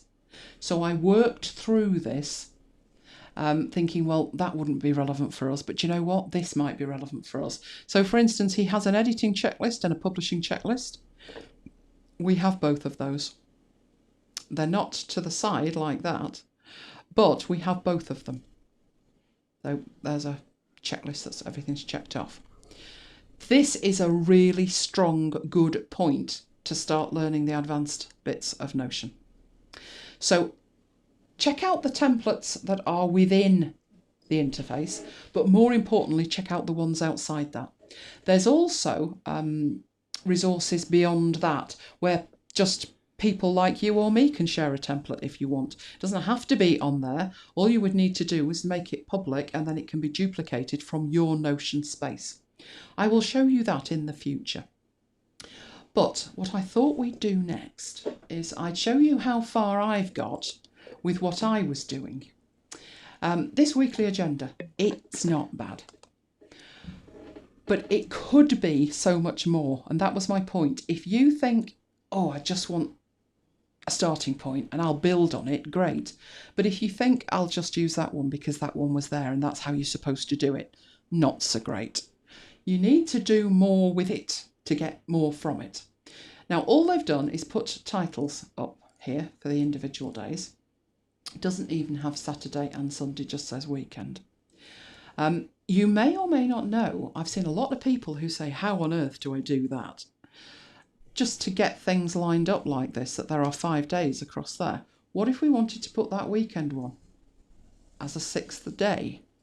Well, you grab it and you move it across, and when you get that long blue line, rather than that blue line, a wide one, you should be able to drop it next to it and it gives you a new column. Oh, good question. Do you worry about getting your data out of Notion? You can do a backup. It takes quite a while, and you get to choose what format it comes out in. One of the formats, so let's show you. Let's go up to here with export. You get to choose the format. So you can choose PDF, which is basically dead data, isn't it? You could choose Markdown and CSV, which is the one I tend to use. It's a little bit more flexible. Everything that's in Notion will come out of Notion as Markdown, and the data in the tables will come out as CSV, which means you could open it and get it into Excel or another database system. But in terms of emergency, HTML is pretty good, because what it gives you is like a point-in-time snapshot of your system. I always get concerned about businesses being bought or going bump. But I've reached a point where, I mean, it annoys me with things like Napkin, because you've actually bought and paid for it, and I think there's an obligation I can at least download what I've already paid for, which at the moment I can't do. With this, I took a decision. Hello, Lola. Do you want to say hello? Hello. The dog's wandered in. I took a decision that either I could embrace it and run with it for as long as it's there and not worry about it, which was a new concept for me, or I could sit there and not be as efficient as I could be because I'm scared it won't be there in a year or 2 years. So we opted for the former and we use it like crazy. I probably back it up about twice a week. But what I've found from all of the systems that I've used, because we've been through, Google Notebook, Evernote, OneNote, you name it, we've tried it, Trello, Asana, ZenKit, is each time you move, and I always move for a reason. I usually move because I'm so aggrieved with something with the system I've got. With Notion, I'm not aggrieved about anything yet. So I'm not tempted to move. But with the other systems, there was always something. And we've been through so many systems that when we came to Notion, something that took us months to build in ZenKit came together in about 20 minutes because I completely understood it. And if I hadn't been through so many other systems, bringing the data with me through all of them, I wouldn't be as fast in here either. I knew exactly what I wanted it to do. We've refined it as we've gone, but no, we don't tend to worry about it because it's a bit like, we've got no control over it, so we're not going to worry about it. We've both had it where we couldn't log in, but that was a Cloudflare outage that took down half the internet. What they did after that was spread the load, so they had in completely different data centres, and it's not happened since. But, you know, if it goes, it goes. If we need to get our data out of it, we can do. It wouldn't be in the best format. PDF would give us a point in time. HTML would let us interact with it. Markdown and CSV might let us import it somewhere else, but the question then would be where? And I don't know the answer to that at the moment. But as I say, the alternative was, well, I'll just sit here with a piece of paper and a pen then, and that didn't appeal either. So I started off with that. Now we know how to do columns, and that archive should be underneath the weekend like that. And that's just another line, which should also be underneath the weekend. So that's how you do the columns. That flummoxed me at the beginning as well. But that, as it goes, was very basic. So the first thing I did was think, oh, no, we don't want columns like this. We want a fully fledged database system. And I built one. Wasn't the best idea I'd ever had. I backed myself into a corner with it, really, and I used it, but I got to the point where I didn't want to use it. And I don't want to have a system that I don't want to use. I want to have a system I can't get to fast enough. So, yes, I know, are you grumbling now? Do you want a biscuit? Is that your problem? That was a dog, not Mike. Can I have a biscuit? No, you can't have a biscuit. They're dog biscuits. We might let you have a biscuit shortly, but you've already had 2, madam. So what I did with this was I thought, why aren't you using it? And I thought, because it's too complicated. If I'm reluctant to put something into this database because then it's not flexible enough. I can't particularly get it out of there and do something with it. on its own, outside of the database. So that was the weekly agenda that was from Notion themselves.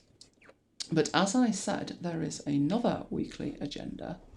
Which browser are you in? Where are you now? Definitely had another browser. And it wasn't Firefox. It was behind here, wasn't it? Oh, it's gone. Hang on, is it Chrome? A browser open, there we go. Now, if we look at the template gallery provided by the users of Notion, there was another one in here. Let's have a look at that one, which wasn't a bad starting point. It was in here somewhere. Wasn't Hobbies and Fun. It was a weekly agenda, a weekly planner, there we go, weekly review, personal planner, there it is, weekly agenda. So if we go to that one and have a look at that, it's not the same as mine. I couldn't be doing with these things out of sync, but mine's similar-ish to that. Now that one, to me, is like a fully fledged thing, whereas if you look at the one that Notion have given you, it's very basic. So as a starting point, if you're looking for a weekly agenda, that one's not a bad one to be getting on with. But what I did was I took it and ran with it as you've seen before. So this is my week, this is my real week. And I said to you I would show you when I'd built the system up a bit. Well, I've built the system up a bit. You can see I've got my meta at the top. I'll come back to that. But I do have my goals for the week and I do have my tasks for the week. These are posters. I'm backfilling the posters, if you remember. I was backfilling them. So they're down there. They've not been allocated. But what I then have is the days. Now you'll notice with my days, it says Monday, and then underneath I've got what I would prefer to do on each day. It hardly ever happens, but it just reminds me that's what I'd like to do. But then I have these things here. Each one has the number, so the day number next to it, with the actual date. Now that actually works full screen with me, so let me take that back. That's a bit better. We don't want it wrapping. I usually have this full screen on my big iMac. So I've got the second, third, all the way across, and down here I've got my Saturday and Sunday, my carry forwards and my weekly notes. But this bit here, showing you that bit there, these here, they are underlined, aren't they? Which means they're links. So if I click on Friday, there's Friday. Oh, that was lunch. I had Misco soup for lunch. I've been working on these two things. They're my tasks. I've got an event on today. That's in there. It's Friday, but that little symbol means I didn't type in it was Friday.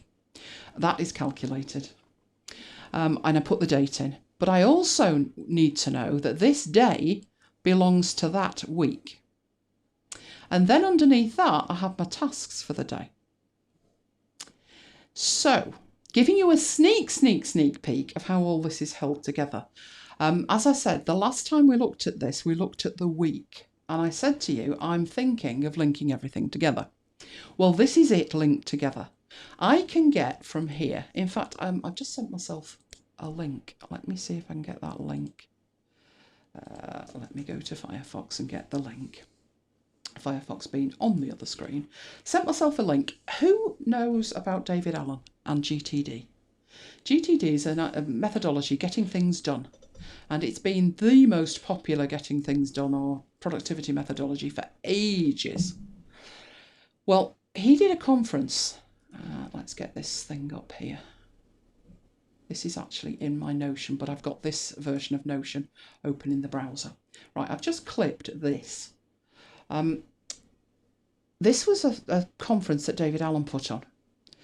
And this on the screen behind him here is a hand-drawn, what would you say, UI and UX exercise in what the ultimate GTD application would look like. And you can see here my ultimate GTD app. And he put up his original hand-drawn sketches of what perfect would look like. And he went through it. There's actually a lot more of text to that, and there's a video somewhere. There's a video as well of him doing it. But he took people through at this conference what perfect would look like. Now, it was what perfect would look like circa 1993, I think. But he said no one had been able to build it. So people took that as a challenge. So these are actually out there. I'll get the link for you. But what I decided to do was look at it. And I said to Mike, that's a little bit like SharePoint and that's a little bit like this. And what his aim was with it was that everything was linked together. That from wherever you weren't like more than 2 clicks away from where you wanted to be. So think of the, what is it, 6 Steps to Kevin Bacon? Yeah. That, basically. Well, that's what I've built here.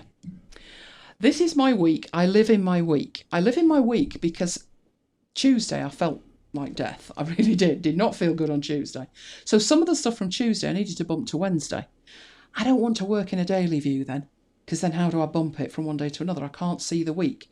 I need to move 3 things from Tuesday, 2 to Wednesday, 1 to Thursday. So this view allows me to do that. So I've got some stuff here like, what we got here, Lola's arriving. Now she did actually arrive on Wednesday, but I could just as easy, if she wasn't coming till Thursday, move that to Thursday. I could not do that as easily if I was actually in Wednesday.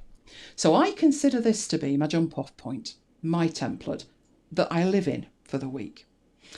But I'd also like the ability to be able to get to other places in the system, which is where the meta comes in at the top. It's week 36 and the dates for that are the 2nd of September to the 8th.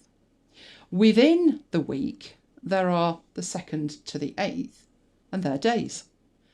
All I need to do to see one of these days, now I've got it down here where I can click on it, but I also have it hooked up here so I can click on it. So I get to exactly the same place if I click on the 6th there. There's the soup I had for lunch. Now you might wonder, isn't that duplication? Why would you do that? Because you can get to it from down here. But the beauty is, if I am working and I decide I'm going to open that as a page and I'm working on the 6th, and then I need to get back to the week, well, I can easily get back to the week because that's the other half of the link. Everything is linked together, including the month. So there's September. There's my journal of what I've been doing, what I will be doing. Oh, look at that, gin tasting. Right, if we open that one, that's September. Right, it's got weeks within it. Hasn't got the week after next, you'll notice. Week 38. But it will do when I create it. And from within here, I can drill down into the individual days or up into the weeks. So let's go back to week 36. I can also get to the quarter because we're in quarter 3. So I can get up to the quarter. And the quarter has those weeks in it. And I can drill down again.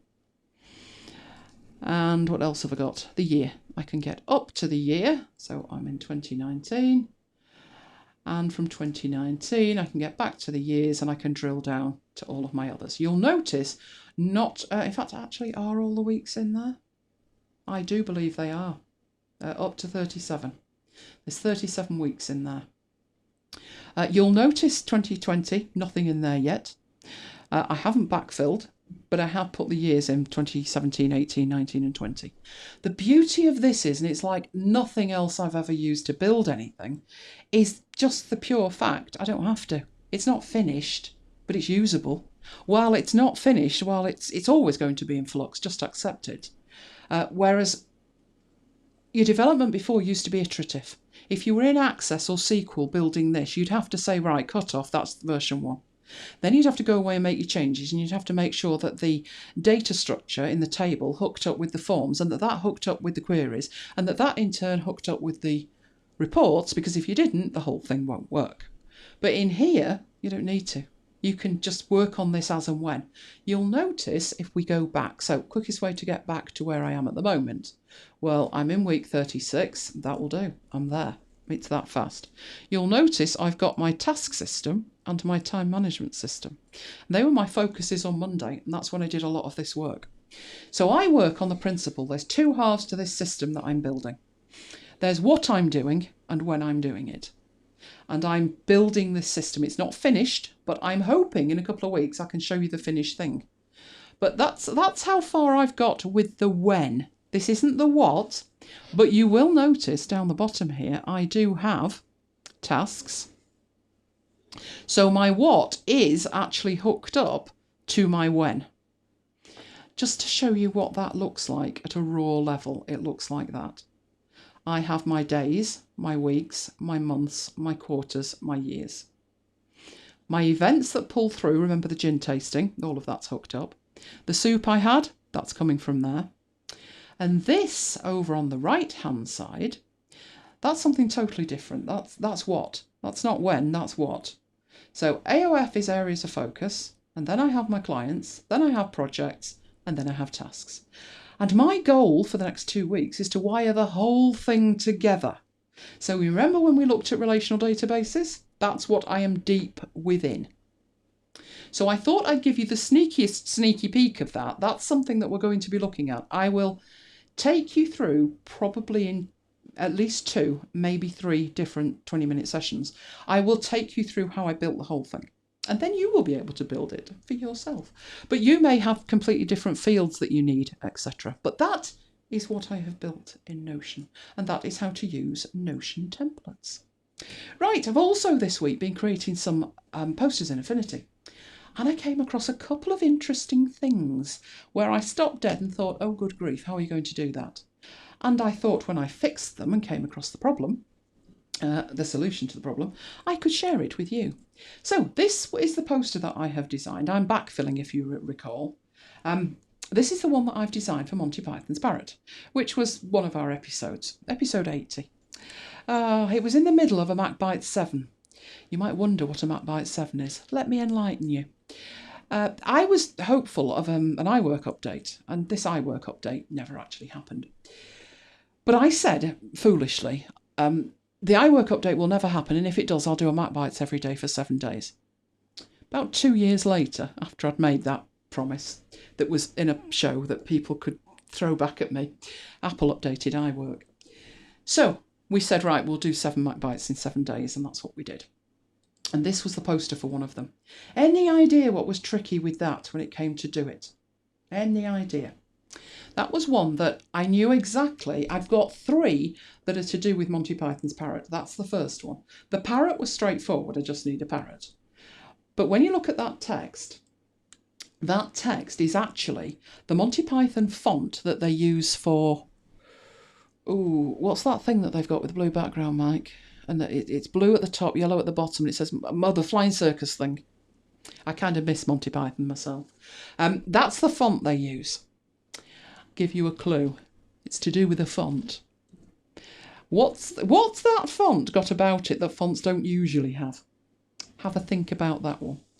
Another one that I was working with was this one, which was Come to Mummy. That was all about my tech. And there was something that I did with that I thought that's quite unusual but effective, and it works. Spot on, Simon. Colouring the lower half. It isn't rosewood. It's actually a Monty Python font. Monty Python, well, not parrot font, but I think it's called Monty or something like that. Yes, it has a look of rosewood. It's very Western looking, but it's coloured. And fonts, it's a genuine font, so when you put it in, it's the colour that you make it. And I'm busily typing in and then thinking, oh, how am I going to fix that? Because I needed the bottom half to be a different colour. That would have been okay. I would have been able to do that, but it actually got trickier than that, which I'll show you. You should be able to see what the issue is from there. There's little knobbles on the bottom half that protrude into the top half, which made it even more of a nightmare. But I will show you how I did that. It's a technique. Once you've got the technique, it's actually easy. That one was not as difficult as you would imagine. It was just something that I put something on it and thought that would look better if I did it in a different way. So let's have a look at those 2 very simple tricks with Affinity Designer. So let's get Designer up. Where are you? You are thinking about it. And over here, well, I did have, there we are. Oh, so look, Monty Python's Parrot 80. Right, that's not the right folder at all. Oh, don't you love it when you've got your data and you can't find it? Here we go. Affinity Designer, MacBites, Lime, no, show up. There we go. And I am looking for 80, so let's open that up. Right, I haven't as yet. I've only done the 3 that I absolutely need. The other ones, if you recall, let me turn on my notes. This was the cover for Scrivener. These are the ones that I need, and these down here are printables if I want it printed. So I started off with this one. Let's have a look at that font. Is that still a font? There's an issue. Is it still a font? Well, it's certainly been selected like a font, isn't it? And I could probably edit that if I wanted. So let's put an X in. There we go. You will notice the X does not have the red lower half. Anything anyone wants to hazard a guess at as to how you could possibly do that? The text is editable, but the red lower half is not there. I'll zoom in so you can see those horrible, horrible little knobbly bits. There they are, horrible knobbly bits here, which needed to be red, but the rest of that bit needed to be yellow. Right, spaces within the font. Don't know what you mean, Simon. I've not got any spaces in there, I don't think. It is editable. There's more than one thing going on there, though. So I will show you on one of the other pages, one of the other bits here, how I actually did that. So let's go across it. What font was that, actually, while we're at it? What was it called? Did I create outlines? No, I didn't. No, I didn't. Everything that you see there is editable, but be warned, it is editable, but the red bits isn't. Okay, so I left the font editable. I did think actually about converting it to outlines, which is what you're saying, but I thought, you know what, I might not need to. So I had a go with it and I didn't need to, so I thought we'll leave it alone. That is called Romantics, DS Romantics. It is free. Did I convert the text to vectors? No, I didn't. No, it's totally editable. Everything that you look at is editable. So let's go across to one of these. That'll do nicely. And let's put some text in. So let's put in a Monty. And I've got my spacing off a bit there. Pythons. Parrot. Right, spacing definitely. Could be done, but time consuming. It could. This wasn't too time consuming. I didn't consider it too time consuming, to be honest. Let's get a bit of spacing on that. That looks fine. Right. Oh, you don't spell Monty with a H, do you? That's better. That looks better. So, benefit of having it as text is, you know, it is still editable, but that was what I faced. Right, it's actually not as difficult as you would imagine. Right. What I did, now I did the first one as a block. Let's have a look at that. There isn't one of those that would actually work like that. Because something like this font here, you'd have got away with that O. But this N, no, it's too close. There's too many lines in it. You wouldn't have got away with it. But I had a little play and I thought, well, what if I put a little block like that and I coloured it red? Not quite. But I thought, what if I could limit the application of that box to the letters of the font? So down here, if you look at the layers, you can take that and you see the little blue line? You get the blue line that puts it at the same level as the artboard. Within the artboard, now it's actually disappeared behind the blue, but got it above there, which is where it was. What if it was below it? Not really. But if it was masked to be inside the font, that would work like that. So this would have been easy, but for those knobbles.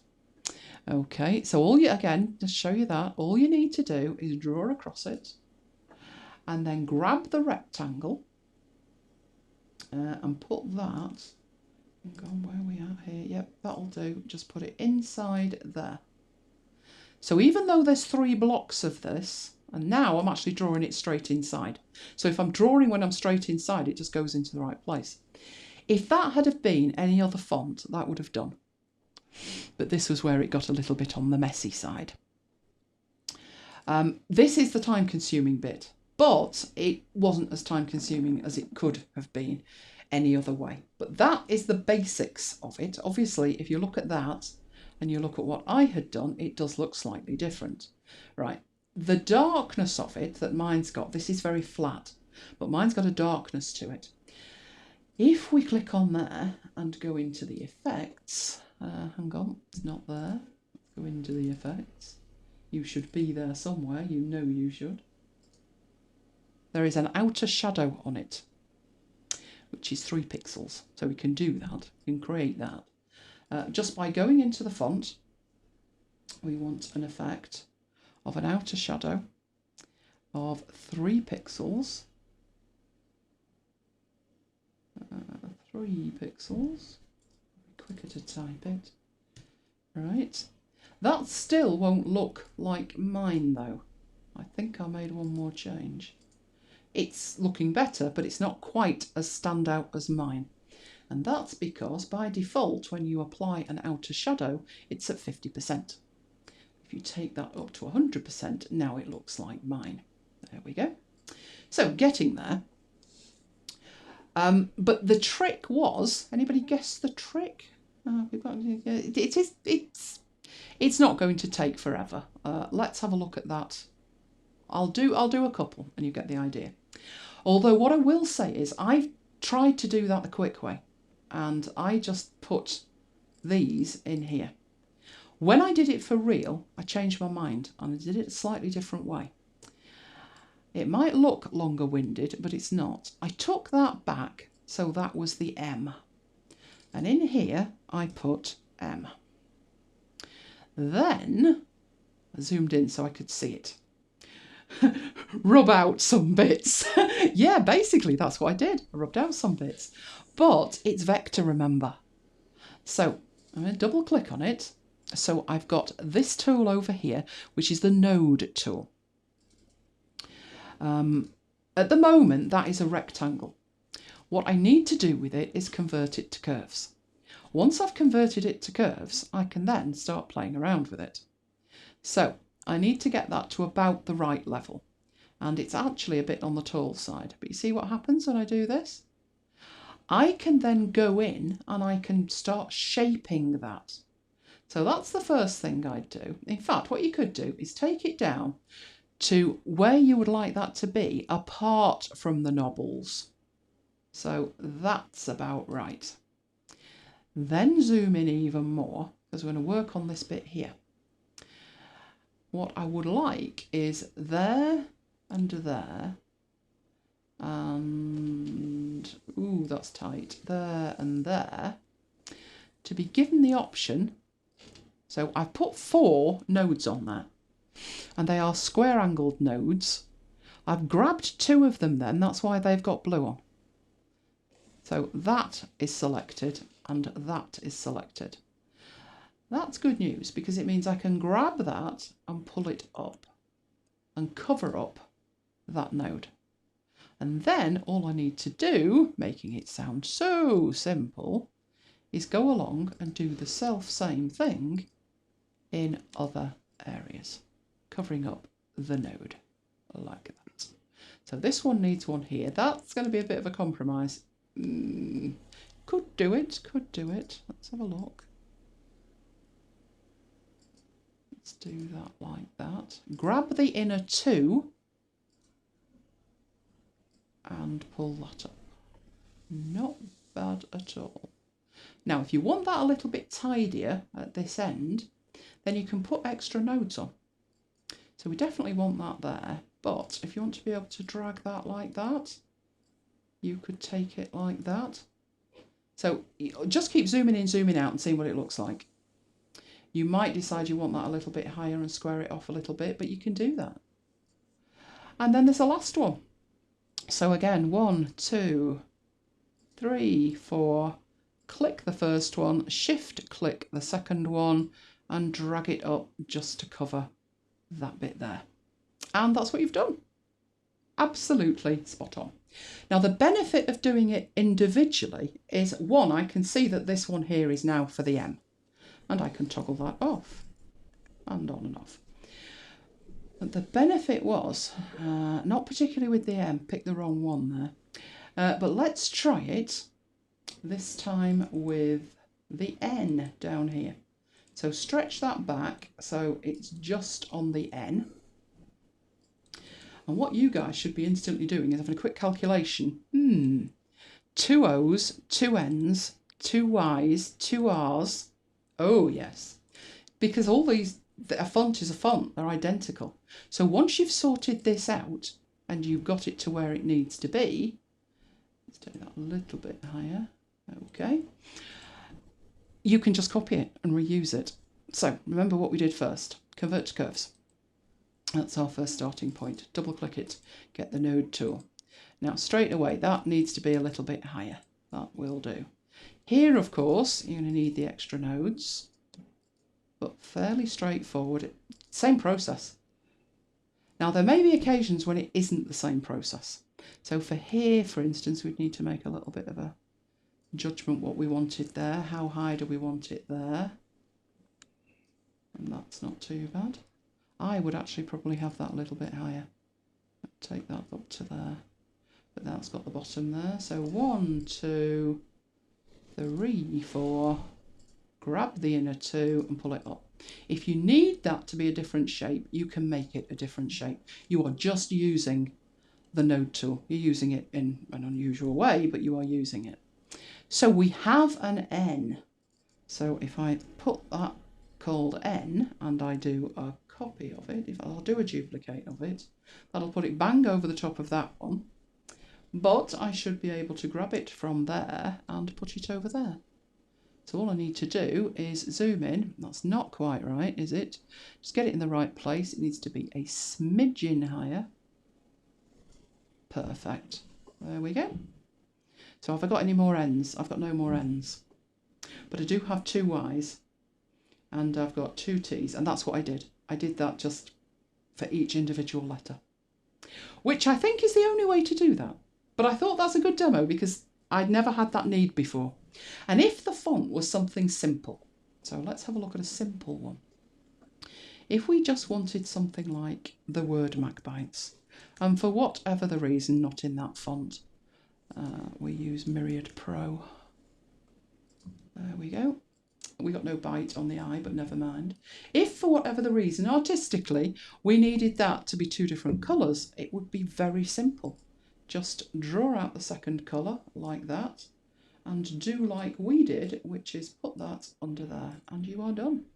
And it remains editable. The text is editable.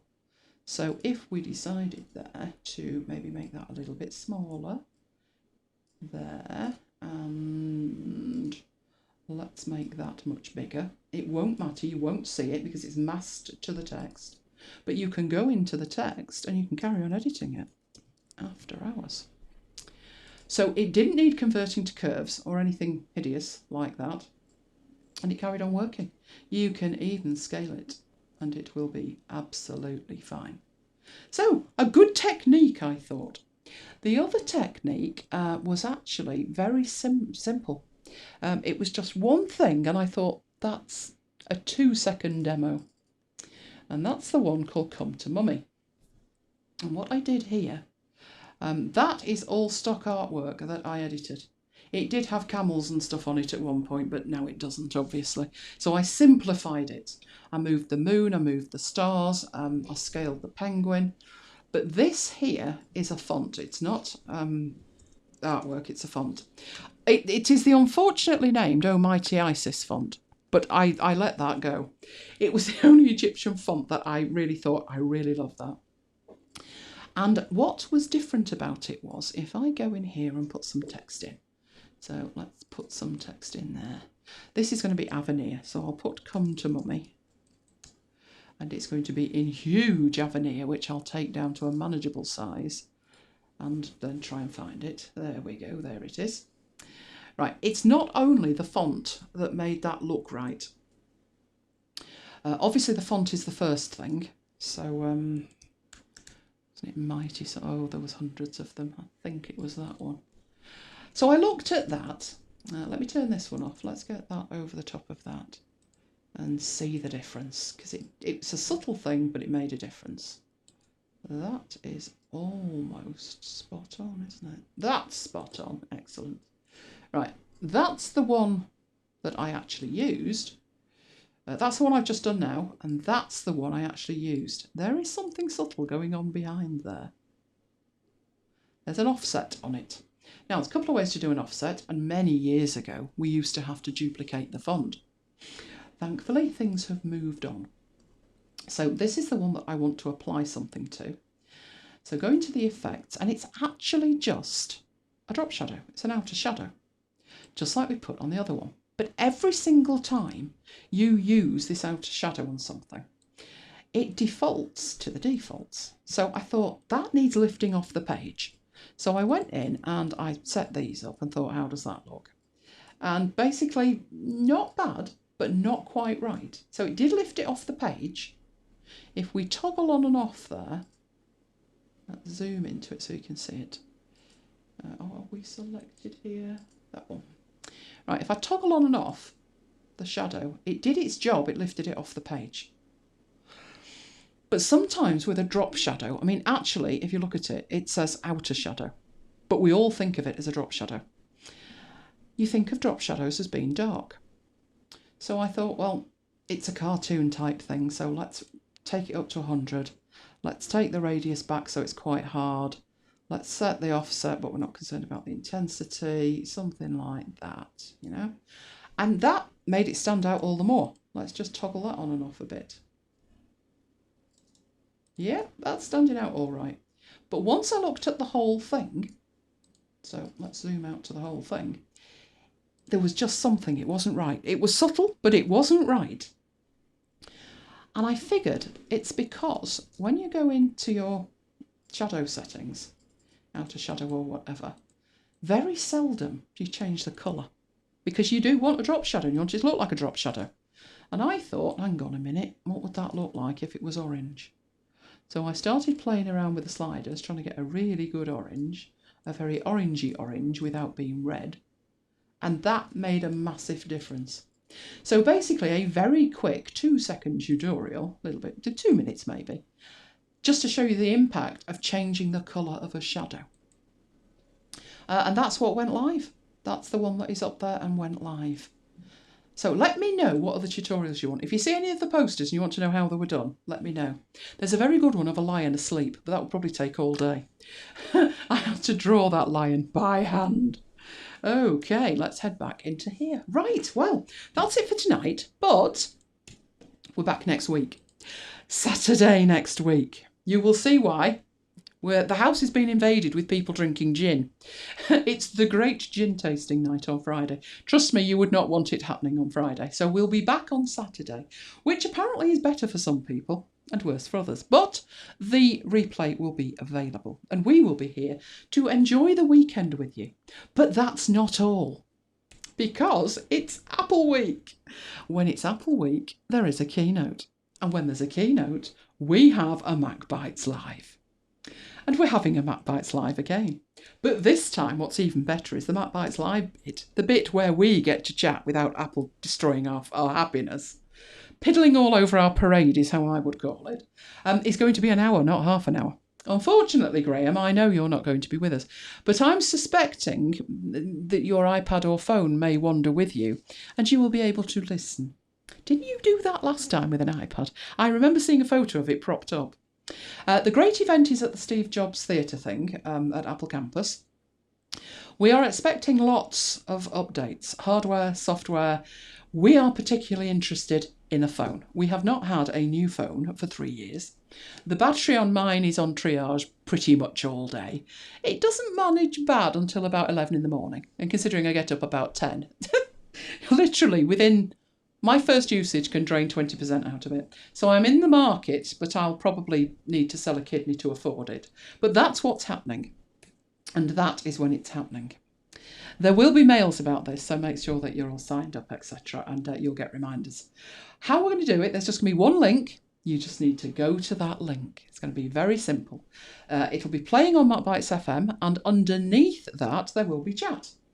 Now, the reason, if you've been with us before on a MacBites Live, Oh, Graham, they won't even have warmed up by 7. At 7, they'll still be rabbiting on about, what do they call it? All the stuff you go on about in Excel. Games Sales. demos. No, sales revenue over number of stores, over square footage. And we're like, oh, make it stop. This is why we have our chat. So when they're doing games demos, we all put the kettle on and stuff. Glad you like the demos, Kim. Hope you like the teeth as well. That should give you nightmares. Those teeth are still terrifying me. So we like to have the chat makes it go a lot better, I think, don't you? I couldn't have, some of the last couple of Apple events, they've not really released the kind of stuff that the majority of the MacBiters are interested in. And then they've had the cast of thousands doing it, and it's like, who's he? Just a minute, where's he gone? Who's she? It's not like it was when Steve Jobs did it. This is why we make our own entertainment, for the games demos, for the retail updates. What else have we had? We should have privacy apologies this time, but it's a great laugh. It's not like After Hours in terms of demos and stuff. It will literally be concentrating on the stuff that Apple announce. We know there'll be a phone. There would be heck to pay if there wasn't a phone. We may hear something about iPads, but it's probably unlikely. Probably a watch. Might be an Apple TV. There'll be a lot more about the TV subscription service thing. And that's what we do. So we'll be doing that on Tuesday night. But as I say, I will bring back the date for the next one so you can make a note of it. That's when the next After Hours will be. Now, I don't think I'm giving too much away, but if I go quiet, that's because Mike shut me up.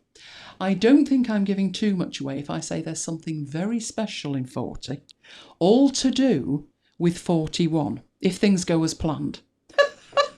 She said laughably at MacBites headquarters, if things go as planned. But yes, we've got something new to show you. And might even show you this thing, because it's actually working. It's some kind of miracle. I always say, don't I, with YouTube, I have problems with YouTube. I've got to refresh the page, I've got to do this, I've got to do that, and it's horrible. Well, they've put in a beta page that allows me to go live. It's a totally different link than the other one, so finding it's going to be a nightmare. But tonight it's behaved itself impeccably. Yes, I'm touching wood as I'm saying it, which means I can see the chat while I'm doing everything else. Oh, what is MacBites? MacBites is the MacBites podcast. We have been around since 2007. We talk about all things Apple in an audio show. It expanded a few years ago when we started doing, what did you do first? MacBites Learning. MacBites Live first, when we do the coverage that I've just been talking about. Then we brought into play MacBites Learning. And then After Hours. And then after that, MacBites FM. So MacBites is sort of the global name for all things MacBites. We are hosts of MacBites podcast, host of After Hours. Shall we try and define each individual bit? Go on. MacBites is a podcast. It's audio only. It's usually somewhere around an hour to an hour and a half.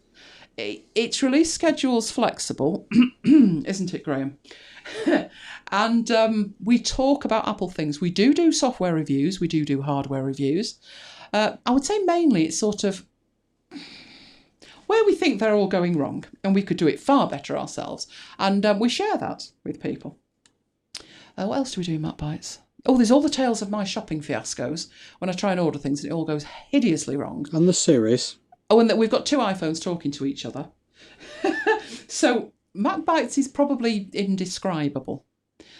MacBites Live is as I've just described. When there's an Apple event, way back in the day, Mike took the dog out for a walk and I sat there on my father's Mac and I was refreshing a page on a blog where somebody was live at the event and they were relaying it in sort of 100 characters or less every couple of minutes because there was no live stream. And I felt so isolated, but I was hugely excited because they were announcing the iPhone and I wanted to share it. And I thought, I wish there was somebody here that understood my excitement at this.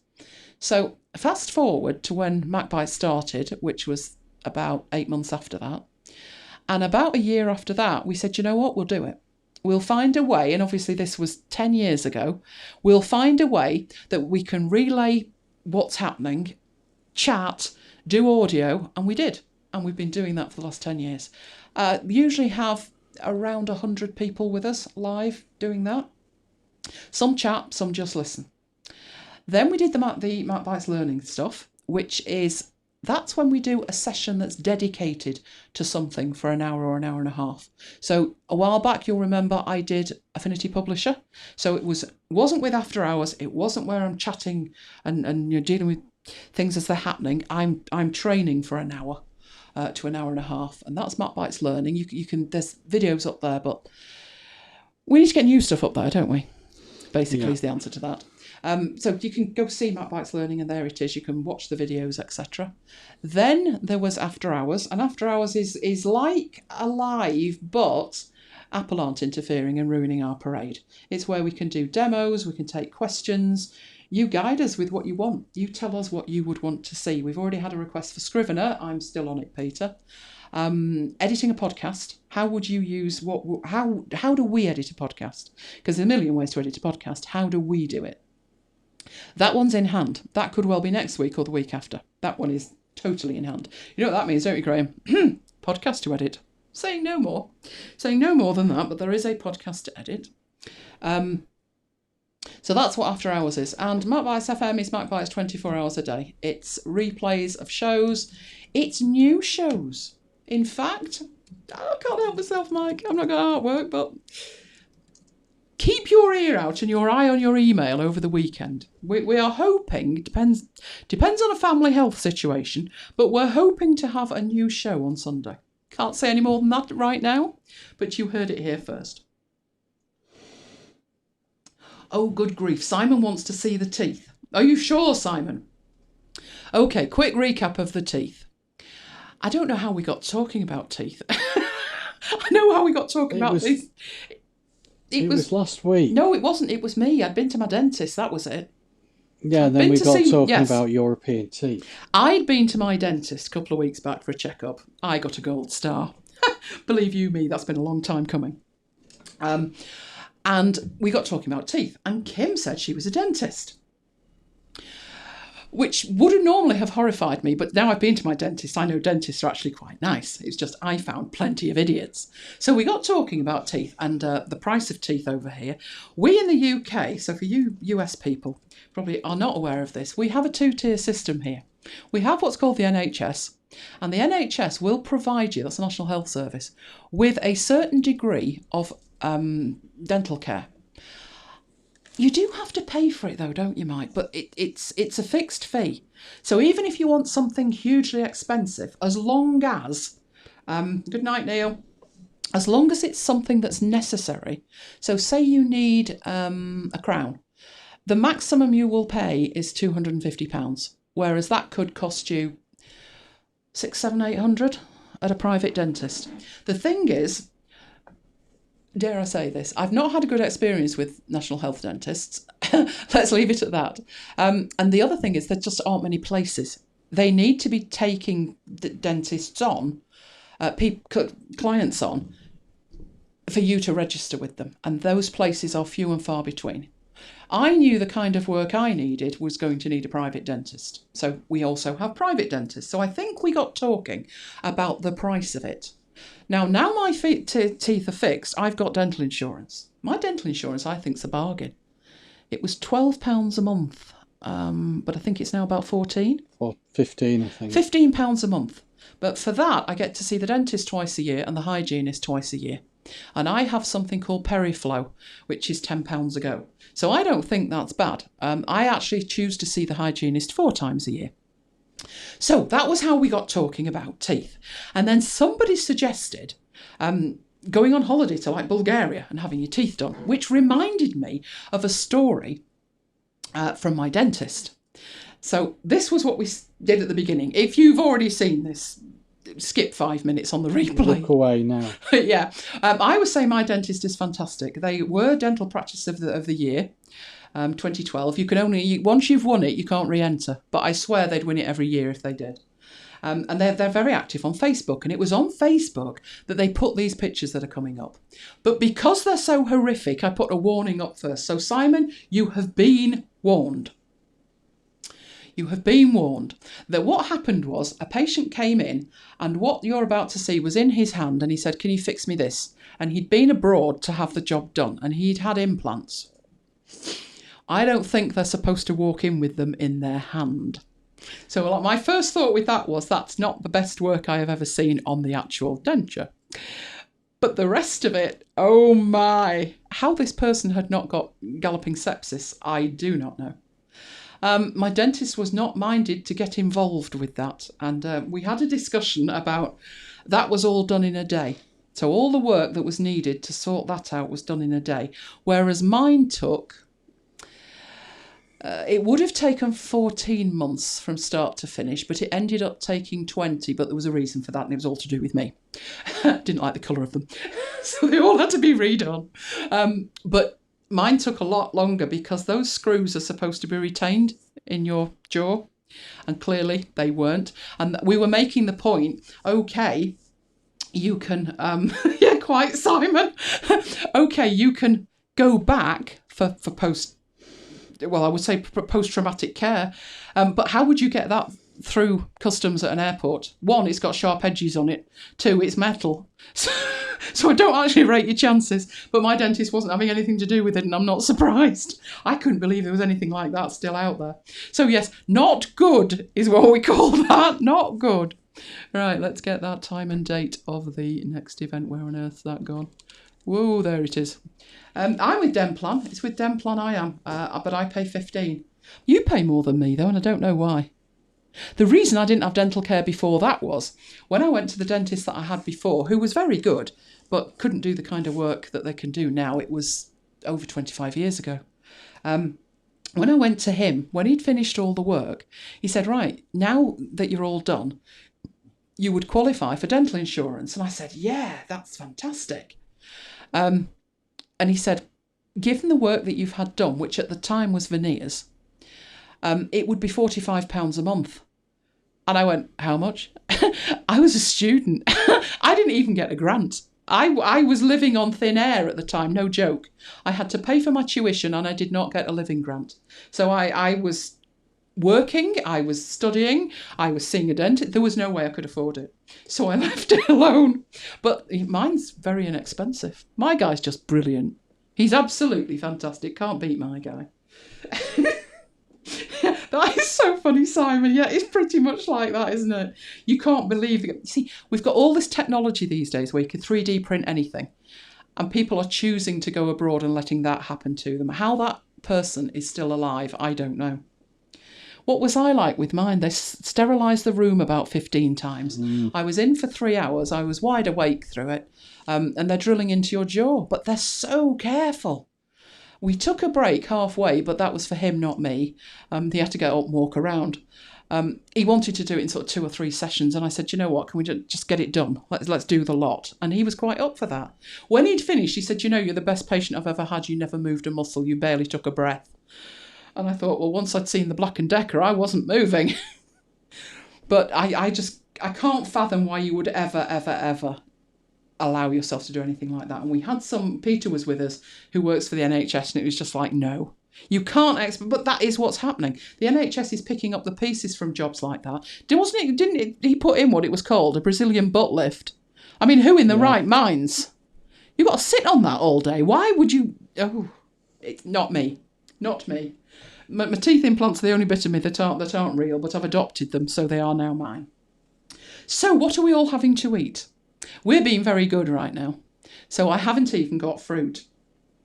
They didn't look real. They probably did. But the thing is, you know how they were like pink around the edges to like meld in? We need Kim to tell us. Is that what you do? Do you actually colour the edges? Because mine aren't. Mine go underneath the gum line. You don't want to see... Oh, no. No. They did not look real, but I am assured that they are. He actually told me about that, and he said, go look on the Facebook page. We're going to put it up there in a couple of days. And when I did, I couldn't believe it. I mean, oh, my word. But there you go. The things people will do for vanity. I would not have done that, and I felt I needed help with my teeth. Technology is a wonderful thing when it's used in the right way, in the right hands. Let's finish on that. that thought for the day. We're not having fruit. Oh, Graham's had fruit and a hot cross bun. We're not having fruit, no. I think we might if we've got some grapes. There's some apples and there's a few grapes. That's it, but we haven't got a full fruit salad. However, just wait till next week till you see what we're doing tomorrow. Mike's partaking of a little repast, would you say? Yes. More on that later. So is somebody else. I know, I've seen it. It came through on my watch. And I've not got a cake of any description, sadly. We're being good, but only for a little while. Normal service will be resumed shortly. I may, however, venture into the nut pot. I do like cashew nuts very much, but they are unsalted. That's okay, Kim. They are now floating implants. I mean, dear me, where do you start with that? I was wondering what the brown stuff was, but I didn't ask. I thought it could be dental cement or something else. Oh, no. Oh, watermelon. I'm not a big fan of watermelon. Or didn't we have melon at that thing, that red one? We did. And Mike said, what are you doing? And I said, I'm eating this fruit. It's very nice. He went, do you know it's melon? And I went, it doesn't taste like melon, because I'm not a great fan of melon. But that one was very nice. So whatever the red melon was, I liked it. So that's what we'll be having. We'll probably be having a few nuts and then some grapes. Then we'll be heading off to bed early. The dog's probably already asleep, isn't she, bless her? She should be. She should be, but she knows where the treats are, but she mustn't. Rust from the screws. They shouldn't rust, Graham. They should be titanium. But looking at them, they could be anything. They could be wrought iron. There was nothing right with those on any level. Oh, yeah, cement. Yeah, it looked a little bit that way, but it was brown. It was like tea-stained brown. Not good. I really, honestly, I'm lost for words with that. When you think where the brown was, what on earth's the cement doing there? I'd have expected that to be kind of hermetically sealed, not cement shoved on the top. I wonder how much they paid, because I know it's not cheap, but you know, if you need it, it's a one-off thing. So we just decided, you know what, no holiday, no car, that's fine. And it was worth every penny. I cannot understand why you would go abroad for it. Just, can you imagine coming back, the pressure in the aircraft? It could have shot across the cabin. I mean, it clearly hadn't healed. Understatement. There isn't actually, is there? What you'd have to do with something like that, Simon, is you have to put brushes over the top. I did have with mine a bridge. On the right-hand side, there were two teeth on two separate implants, but they were bridged. And the only way you could clean it was to go over the top with a little brush. When they were redone, they came back as two separate teeth, and I could at one point get something between them. Then there's a long, hideous story about the fact that they twanged out twice. So they were re-engineered to be retained. Anyway, one came out, which was why I was going, well, it wasn't actually. I was going to the dentist anyway, and then I went in with a tooth in a bag and said, can you fix this back on? And he said, shall we retain it? And I said, yes, that's the plan. So he did. When I got home, I had to leave it for about a day, and then I thought, right, let's get back into the cleaning regime. And now I can get the floss. It's great now. So now they are spot on perfect, I'm happy to say. It's not good, is it? Anyway, we won't do that again unless we find any that are worse. So, Kim, if you find any that are worse, you need to share. I wonder if they got permission to put them on Facebook. I would have thought so. Yeah. Maybe the person left them there. I mean, you can't really do much with them, can you? I can't imagine walking in with them in your hand. Can you imagine the poor receptionists? It's like that old advert for Heineken. Have you got any leeches for this? It'd be like, have you've got anything you can do with that? I mean, it would petrify anybody, wouldn't it? Anyway, so that's what we're going to do. We've got a busy week ahead. That you will get more details on next Friday. But basically, I've got to double down and work extra hard this week. That's all I'll say. So I hope everybody has a fantastic week. If you can make it, if you are interested in the Apple event, do come along. There will be a mail going out about that. And other than that, we will see you hopefully next Saturday. Don't forget, Saturday. Mike might not be in the best state of health depending on how many gins he's had. I'm teetotal. I'll be fine. I'll be fine. Yes. We'll see. We'll see. I was fine last time. You were. That's because you didn't drink it. Well, the time before when I did drink it. I gave ours away. I gave mine away anyway. I went in and I had 5 gins in front of me and I just liberally shared with everybody. I was very popular that night. That's what I will say. Anyway, we're going to head off and have our potentially a few grapes and a few nuts. And we'll be back next week. Saturday, 14th. So it's good night from me. It's good night from me. And we will both see you next time. Night, guys.